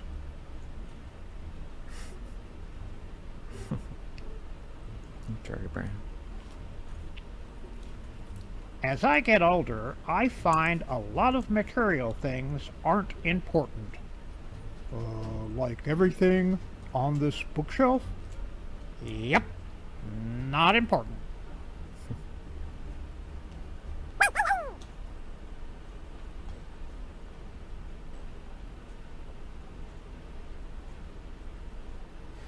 No, I'll keep it down. And that concludes another Opa's Corner. Mein Hut, der hat 3 Ecken. 3 Ecken hat mein Hut. Und hat nicht 3 Ecken, dann ist nicht mein Hut. It's Opa's groupies. It has 3 corners. 3 corners has my head. And had it not 3 corners, it would not be my head. Opa's Corner is now available on my own YouTube channel. Like, share, and subscribe.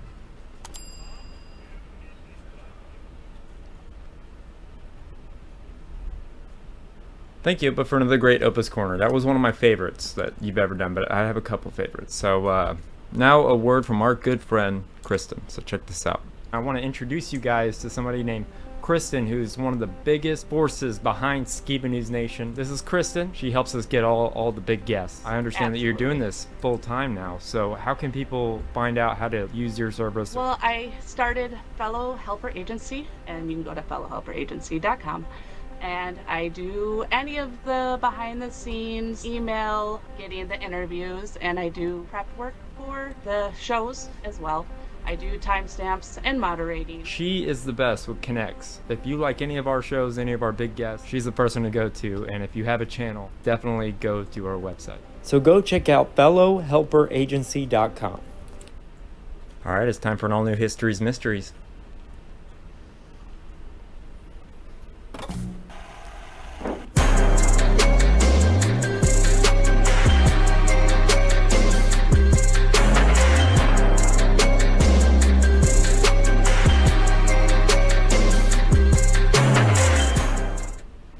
So this week's History's Mysteries, we're going to be diving a little bit deeper into one of the stories Jake brought up last week. And it's about the Grand Canyon and all the mysterious things that happened there, and some things that just really piqued my interest. So I wanted to share this first clip with you guys, and we'll talk about it.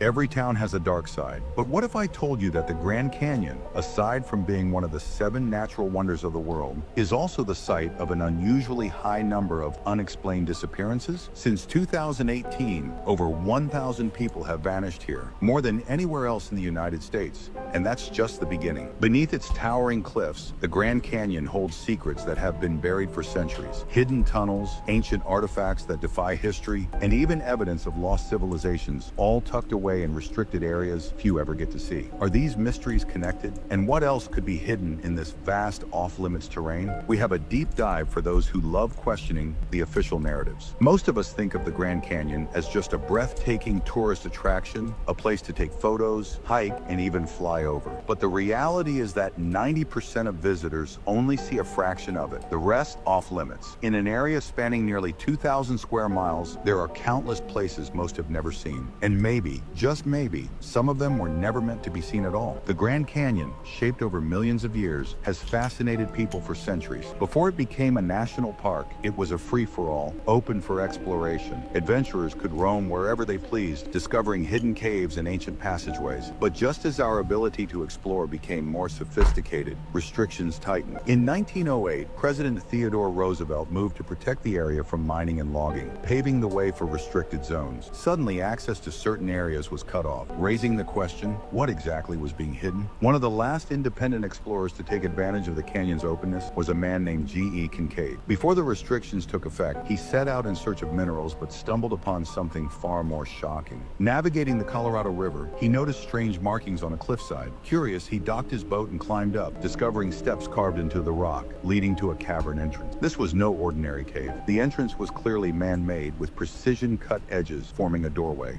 Inside, Kincaid found something that defied logic. Walls covered in inscriptions resembling Egyptian hieroglyphs. The deeper he ventured, the more astonishing the discoveries became. The tunnels led to massive chambers, some as large as modern living rooms, and others even bigger. There were stone shelves filled with ceramic jars, copper tools, and evidence of metalworking. But the most chilling find? A crypt filled with mummified remains, neatly placed inside carved-out rock casings. Who were these people? How long had they been here? And what happened to their civilization?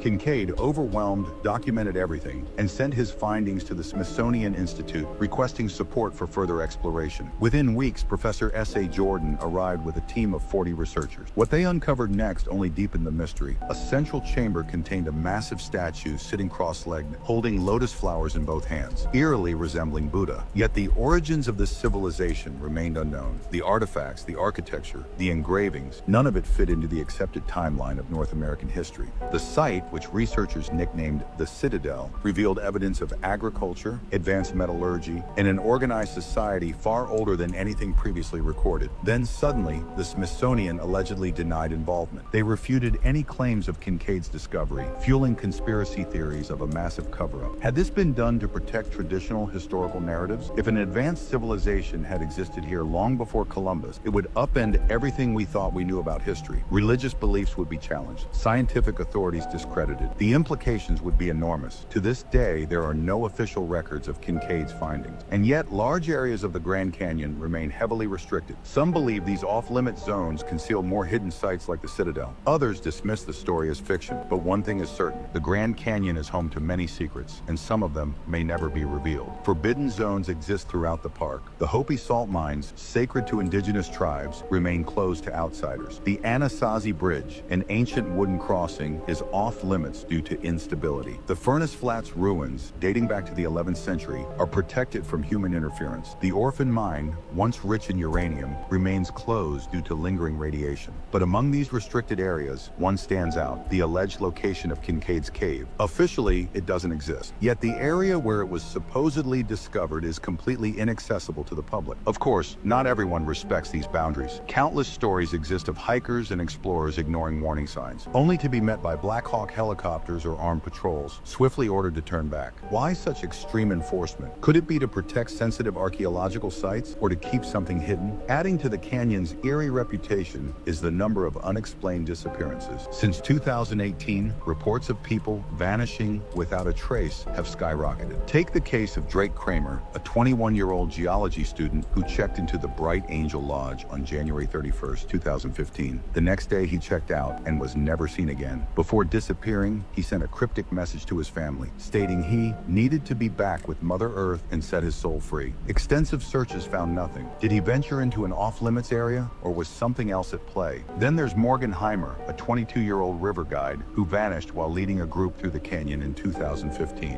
One moment he was there, the next gone without a trace. Aerial and ground searches yielded nothing. Floyd Roberts, 52, disappeared in 2016 after falling slightly behind his hiking group. His companions retraced their steps within minutes, yet he had vanished entirely. How could someone disappear so suddenly in a place where visibility stretches for miles? Martha Overholser, 66, went missing in 2021 near Mather Point, a popular tourist area. Witnesses saw her enjoying the view, then she simply walked away and was never seen again. Theories range from extreme environmental conditions to unknown underground passages. Some suggest an ancient force tied to the Grand Canyon's hidden history is responsible. Others believe the government is concealing something far bigger than we can imagine. Adding to the mystery, park rangers have noted an odd phenomenon. Visitors who take rocks or artifacts from the canyon often report a series of unfortunate events afterward. Many return stolen items, sending apology letters claiming they felt cursed. Is this mere superstition, or is there something deeper at work? In the end, the Grand Canyon remains an enigma, a place of breathtaking beauty, ancient secrets, and unsettling mysteries. And while the official stories tell us one version of history, the truth may be buried beneath the very ground we stand on. So what do you think? Is there something more to these forbidden zones? Are the disappearances connected to something larger? Let me know in the comments. And don't forget to subscribe and check out our Patreon for exclusive content. Who knows? Maybe next time, your town will be the one with a story to tell. So before we discuss it, me, Opa, and Jake, I want to play this JRE interview where he had an expert that knows about these mysterious, things that happen in the Grand Canyon, and then I kind of want to get y'all's opinions on it. So let's play that clip. Well, the whole Grand Canyon thing is bananas. Like, there's areas of the Grand Canyon you cannot explore. You cannot go. You cannot fly over. Right. And you can't fly under the rim. Yet when you go to those bad places, suddenly a white plane flies over under the rim, black helicopters show up. I showed it in my episode. I show the black helicopters showing up. Like, they do show. Yeah. Like, they are protecting something. Something. It's not as simple as this is a dangerous area, because you can go to any dangerous area. You go just to the normal tourist area. It's like, be careful. People fall. 2 people a year fall. Yeah, someone fell recently. They did? An influencer, of course, taking a selfie.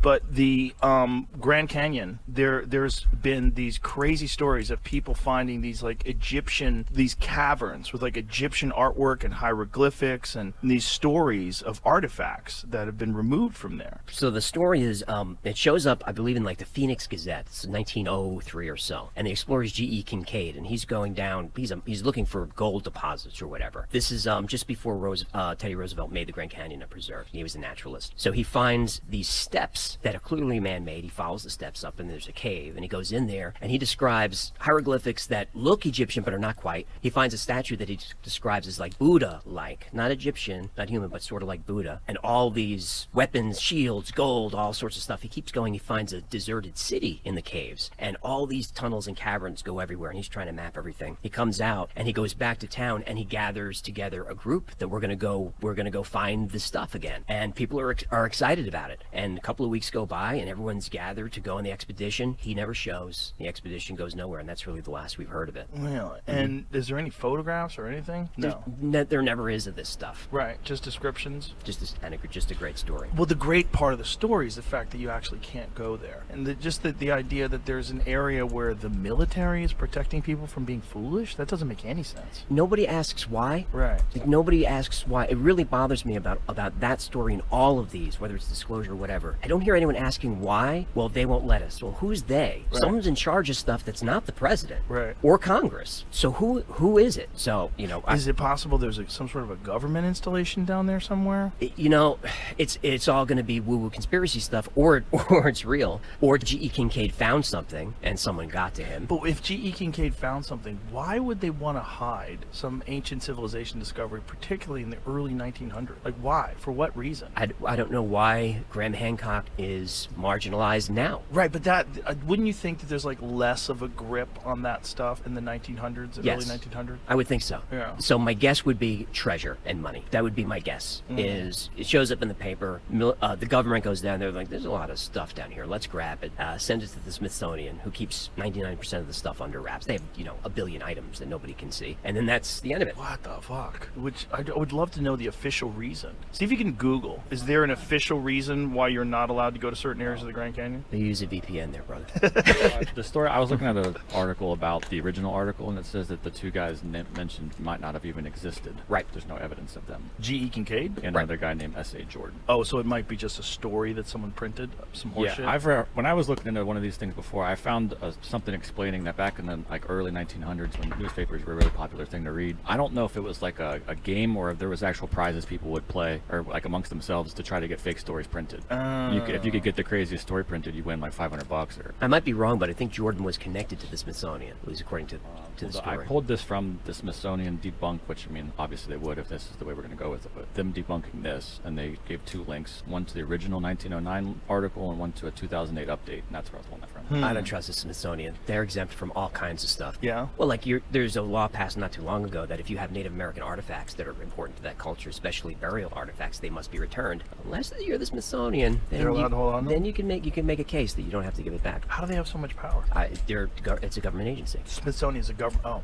I didn't even know. I thought it was a private agency. So there's no official story as to why this area of the Grand Canyon is off limits. For your safety. The is all forbidden zone, they call it. Yeah, that's all I can find. That's weird. That's that this story comes from the very area that's forbidden. That's weird. I think what are the odds? I don't believe in coincidences. So a lot of these stories come from places you just can't go. Has anybody tried to hike in? All the time. Wear Or camo? raft in. Yeah, did they get busted?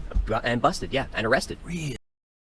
You can find online, I wish I knew the names of a team that went up there. That's who found the black helicopters, and I use them in the video, and I credit them, so you can find their videos. They're up there for an hour and a half, trying to find stuff. And what they found up in that forbidden zone is anchored into the ground a giant hook, right, or like a loop. Yeah. Like what would you use that for? And that would be to rappel down. That's the only reason that would be there. There's no explanation for what is this. They also found artifacts from that era, from the early 1900s, artifacts that people were there. So it's possible that they repelled that, like they might have been standing right above that entrance, and there are reverse angles of that rock face that look a little weird. It could be pareidolia, but what's pareidolia? Pareidolia is the mind's ability to see objects in random noise. You know, it's something we evolved to, to see predators in the forest. That's why if you see a cloud that looks like an Abraham Lincoln, right, it's not Abraham Lincoln. It's pareidolia. But debunkers will always fall on pareidolia. So like the real believers, they hate that word. God, that would be, imagine. Everything would have to be rewritten. If they found some evidence of a lost civilization with no connection to any known civilization that was advanced, that was living in the Grand Canyon. Did you ever think about going to the Grand Canyon? To go and just be an outlaw and go see. How would you get in though? I mean, if they have black helicopters and they're scanning the sky or scanning the ground with some sort of a drone or a plane. So we talked in the last live stream about Nephilim and the Smithsonian and how they could have Nephilim skeletons, and they would never tell us. They would always discredit people. And there are reports of Egyptian artifacts, giant skeletons, ancient underground tunnels, and these missing people, which I find very interesting. It reminds me a lot of Missing 411. But what are your thoughts so far, Jake? Oh yeah, that there's many ancient historical sites that seem to be under the control of not only the U.S. government but also like the Catholic Church. You see historically they would come in these places that were culturally significant, they would take over and they would put a Catholic church right on top of it. And then, anything subterranean or catacombs or whatever were then under the direct control of the church. And so that's all the different kinds of underground mysteries that have not been revealed to the public. And so I can just see that, yes, that's very plausible that the U.S. government's covering it up, and in all kinds of cover-ups in general, not to mention large human bones. Yeah. What are your thoughts, Opa? Well, I think that certainly something's being protected, and I think maybe they are trying to cover up something. But I don't know. I think that it's a story that was made up to cover up something. Like maybe there is a military presence right there that they don't want anybody to know about, or something else that the government certainly doesn't want people to, stumble upon or what have you. But I find it a little far-fetched to be, Egyptian-like tombs and stuff like that. I think it's a very good story that, people latch onto and think, wow, that's really cool. Yeah, well, that's all I really got for the Grand Canyon thing. This video was also attached with this video, and I thought it was so interesting about UFOs, and, a lot of people report that UFOs have a lot to do with the people that go missing, and it has to do with the Grand Canyon, so people think there are bases for UFOs at the Grand Canyon. So let's go ahead and play that clip. How many of these crashed crafts do you estimate there are that human beings have recovered? More than 10. More than 10? More than 10. How many of them are in possession of people in the United States? I'm at more than 10 in possession of the United States. What about worldwide? Worldwide? Do we have any data on that? We have data, but it's classified. There's no way to really talk about it. But so there's more, though. You could safely say it's not just the ones in the United States. Not just the ones in the United States, and these... are they equally distributed? I don't know for sure in terms of data. I mean, we have our best data, of course, on our own retrieval. But more than 10 retrieved in the United States. More than 10 retrieved. What is your take on Bob Lazar? Well, we looked into the Bob Lazar story, and but only from a certain relatively superficial level. Looked at we found out what his clearance levels supposedly were and so on, which came back saying it was not high enough to be doing what he says he was doing. On the other hand, it may just simply be it was better than that, but we didn't have the access to see that. So when I hear his physics descriptions, it's a puzzle. It seems not exactly as I would anticipate might be the technology behind the craft, but I can't absolutely write them off. So it's an enigma, and I don't have any hard data to prove one way or the other. So it's I know you've talked to him. And, it's a fascinating puzzle. It is a fascinating puzzle because that would be the place. S4 would be the place where they would do that kind of work. I mean, if you wanted to do something like that in complete privacy and secrecy, you do it in the middle of the Nevada desert, very protected. That's true. Right? Outside of Area 51. So even when people that have high clearances go and say, "Well, tell me about this. What's behind this?" Who knows? If it's a special access program, an SAP, it might be say, "No, we're going to tell you that he didn't do anything of significance here. In fact, he might have done something of significance. There's just no way of telling from the outside." Yeah. So the actual generator, the thing that powers the craft that Lazar talked about, what was your take on that? This idea that it was element 115, that when it encounters high radiation, it has some sort of an anti-gravitational effect, some warp effect. Well, there are two aspects. One is, what is the material or mechanisms that generate the effects? Then the other is, are the effects being described reasonable descriptions of the kind of effects you think are associated with such craft? On the element 115, as you know, in the general scientific community, we've seen element 115, but it's very short-lived, so it's hard to evaluate that, and at this point there's no evidence that's it. But his description of the anti-gravity effects and so on, that's an area that is well described as what you might expect. As it turns out, in that series of 38 papers, one of my own papers that I provided was one called Space-Time Metric Engineering. And when the pilots came to me and said, drops down, takes off, right angle turn at Mach 10, this is way beyond the physics. And I said earlier, no, I think it's not beyond our physics, beyond our engineering. But what I did on the physics level was all of our electronics that we have here, for example, this microphone, the recording that you're making, and so on. That's all based on electromagnetic kinds of technologies, all of which come out of Maxwell's equations. Maxwell's equations, Clerk Maxwell, way back in the 1800s, developed the equations for electromagnetism, and basically any kind of electromagnetic device, you name it, Wi-Fi, whatever, can be traced back to this equation. So what I said to myself was, okay, we have these apparent craft operating with this unbelievable kinds of activity. Is there any way to account for that in our physics? Well, it turns out. So what I did, I took a sheet of paper, and the left-hand side of the paper, I wrote down all the weird effects that have been claimed. Right angle turn at Mach 10. I got close to the craft, and suddenly it wasn't the same size as it seemed to be when I was further away. It was a certain color, but when I got close to it, it was a different color. You know, all these weird things. To me, the weirder the better, because if somebody was just making up a BS story, they want it to sound rational. So you don't come up with things like, well, I got in the craft, 5 minutes went by, I came out, and 2 hours had gone by. I mean, you know, you're just not going to make that up. Then on the right-hand side of the piece of paper, I said, okay, we have Einstein's equations in general relativity, and we use them to talk about black hole mergers or neutron star mergers or whatever, and all these things are massively energetic events. Suppose I could engineer Einstein's equations the way we engineer Maxwell's equations for electromagnetic effects. What would I expect to see? And I find out I got a hand-in-glove match between what was claiming to be observed and, you know, what Einstein's equation, if you could engineer them. Well, why can't we engineer them? Well, what we know today is the energy density required to engineer those equations is just way beyond our ability to do so. So, can you give me a comparison to what the energy requirements or something like that would be like? Yeah, people have in fact, Alcubierre warp drive. I don't know if you've heard of that, but Miguel Alcubierre was a researcher in general relativity and kind of a Star Trek fan and so on. He said, I wonder if we could really have warp drive. And so he used Einstein's equations to say, okay, under what conditions could we do a warp drive? And he actually came up with solutions from out of the equation. Okay, what would it take to drive that? Oh, it would be hundreds of times more than the energy of the sun. I mean, wow. Just out of sight energy. So, you know, until we have a new energy source, or until there's some backdoor that we haven't, you know, zeroed in on, it's just really outside of our expertise.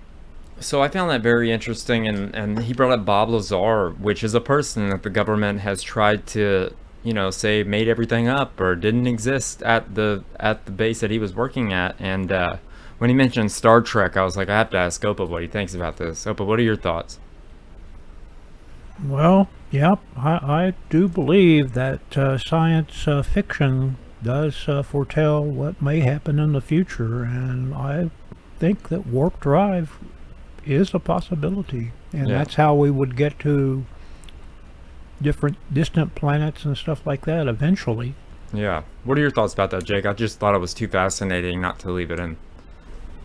Yeah, I think if it's possible to use chalkboard math to create technology that zips you around, I think that'd be pretty cool. I think there's also a lot of hoodoo and kind of imaginary realities, because whenever you think about theoretical physics and things like a warp drive that will work off of Einstein's equations, to me, like, sometimes reality is stranger than fiction, and I you know, these guys like to think they're close at figuring things out, but then they just say a big number like 9 times the energy of the sun, and if we get that, we can make it work. But like, that's so improbable that we'll never be able to actually test their theory of explaining it. So we don't know if the math is actually accurate, not to mention, you know, other very important math that is used to kind of pull the wool over our eyes. But anyways, what are your thoughts about the earlier in the video about what he was saying about crashed UFOs and all that? I don't know what government, where he worked, but I'm pretty sure he worked at a government agency. Yeah, Bob Lazar, he's one of the most well-known, outspoken kind of UFO whistleblowers, and part of me wonders if he's not some type of psyop type guy, just because he's so well publicized, Why is there no one else that's at that level of clearance coming out and talking about these things? He seems to be the only guy. But if his testimony is credible, then that means the U.S. government has had this crazy UFO technology for a long time. Yeah, it's a pretty crazy story, but you know, we may have already found the dilithium crystals that will give us the power we need. Interesting. Chuckle. What powers? Yeah, that's what powers the warp drives. The Enterprise. That's correct. Wow. All right, well, that's all I got for those two topics, but I do have one more clip for you guys, and it's volume 19 of Please Excuse My Sense of Humor. So sit back, relax, and enjoy this.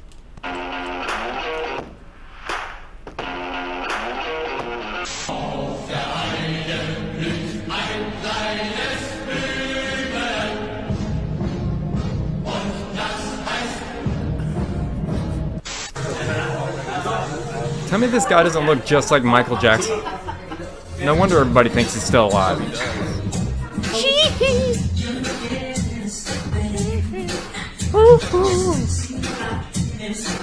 He's not quite as good of a dancer, but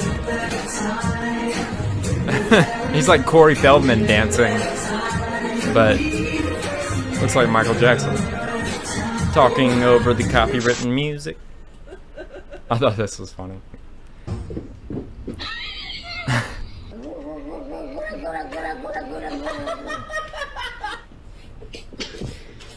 They're such weird animals. I think they come from, like, they're not from Earth. Get it, Bruce. Get it.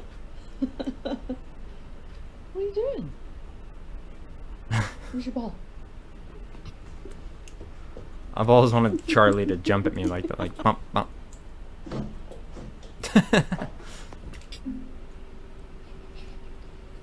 Where is it? You know why they do that? They do that to stay alive.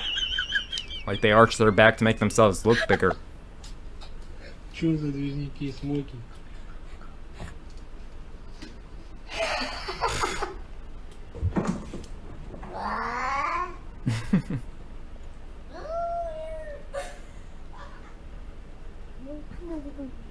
What's the matter with you? Who is calling me? This one tripped me out.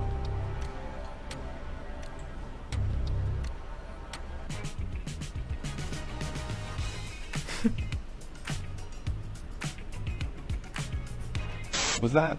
Is there a black person here? What did you just say? I said, is there a black person here? Do you have a question? Yeah.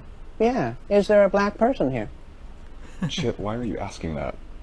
Janice said there was one in here. Came to check. There's a white person here too. Well, I don't need one of those. Mm-mm. Chip, please stop what you're doing. Well, what's the big deal? I'm just trying to find the black person here. Well, you found her. Okay, you got her today. Okay, let me see. Let me set my sparkler down. Oh, here it is. Got it. Chip, are you saying is there a black purse in here? Yeah. Success. I like your haircut, Linda. Thank you, Chip. Thank you, Shay, for sending me that. Yeah, how can I help you? Yeah, how can I help you? Is this a new restaurant? Yeah, how can I gotta do this. What? Yeah. What can I order? How can I help you? What the heck? It's Chinese restaurant. How can I help you, baby? You want to order or not? What you mean? It's Chinese restaurant. I don't call you. You call me. No, I don't call you. No, I don't call you.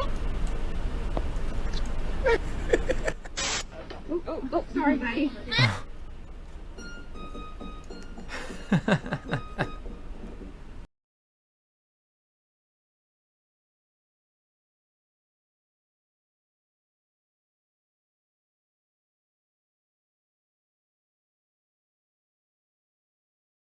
The Iranians to know that if I'm the president, we will attack Iran. We will attack Iran. We will attack Iran. We will attack Iran.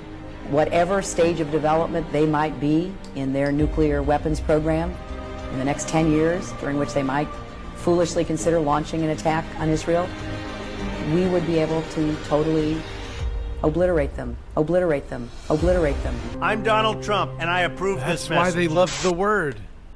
Yep. Shout out to my father-in-law for sending me that. He sends me the funniest and most interesting clips. So, yeah, I hope you guys enjoyed. And you got some memes for me, Jake?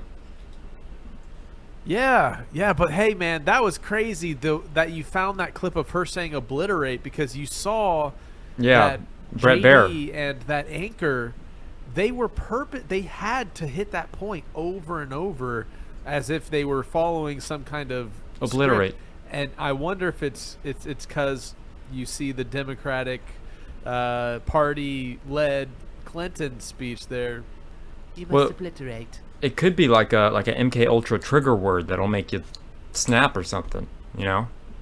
Who knows? It's kind of a weird word to use in like everyday conversation, obliterate. Like, you know what I mean? So the words would have to be like that, you would think.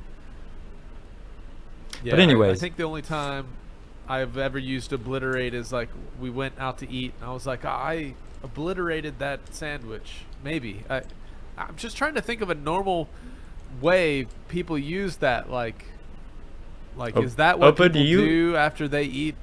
Do you say obliterate? Have you ever said that in normal conversation? Oh, yeah, a long time ago. I don't think we've used it recently, eh? I think it's a MKUltra trigger word. Anyways, you got some memes for me, Jake? Meme me up. Yeah, here we go. Meme me up.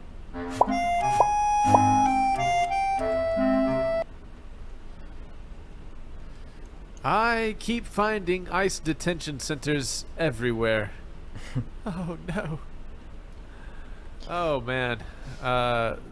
Just a reminder, study finds that hearing an opposing viewpoint causes no real harm. Oh, that's good. Here's an interesting find. Here it says in Latin, AstraZeneca means a road to death. Fantastic. Good to know. Hopefully you the didn't more you take know. it. Here we go. So, by the way, this is 1920 and this is 2020's comparison, right? This is what catastrophic sea level rise actually looks like, Al Gore. Yeah, take that. Yeah. Hey, don't invite me to anything that doesn't involve air conditioning from here on out. Man, I've been saying that forever. I guess for festivals, I mean, you know, we're bringing one to Hebrew Fest, an air conditioning unit. When I was a kid, we didn't have air conditioning. It must have been miserable. When I grew up in the Philippines, we didn't have air conditioning either, and we would lay on the cold marble floor to fall asleep. And after like 30 or 40 minutes, we'd have to roll over because we'd warm up the marble, the concrete where we were laying, and we'd roll over and lay on that cool, just with a pillow and bare back to the cold ground. Sounds nice. Yeah, guys, overall, just remember you've been lied to about everything. The illiterate of the 21st century will not be those who cannot read or write, but those who cannot unlearn the many lies that we've been taught to believe. Ongoing struggle. All right, Jeremiah, that's all for this week. All right, thank you, Jake, for another great current news and memes as always. Opa, thank you for another great Opa's Corner, and I hope you enjoyed today's History's Mystery segment as a whole, or the episode as a whole, I should say. Stay awake, not woke, subscribe, and stay tuned. If you like what we do here on Skiba News Nation, please like and subscribe, and also share with others so we can grow the biggest truth-seeking community on the internet. Huge shout out to all of our Patreons out there. If you like bonus content, you want some extra Skiba News Nation stuff, please go to patreon.com/Skiba News Nation.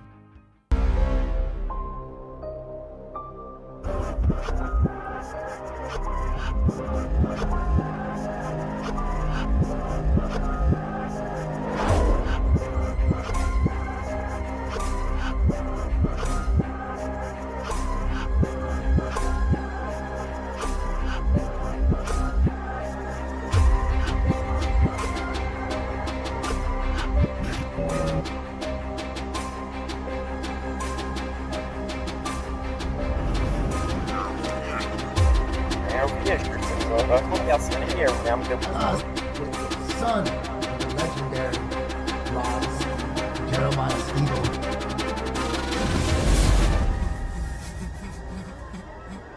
It's like they don't even want to wake up.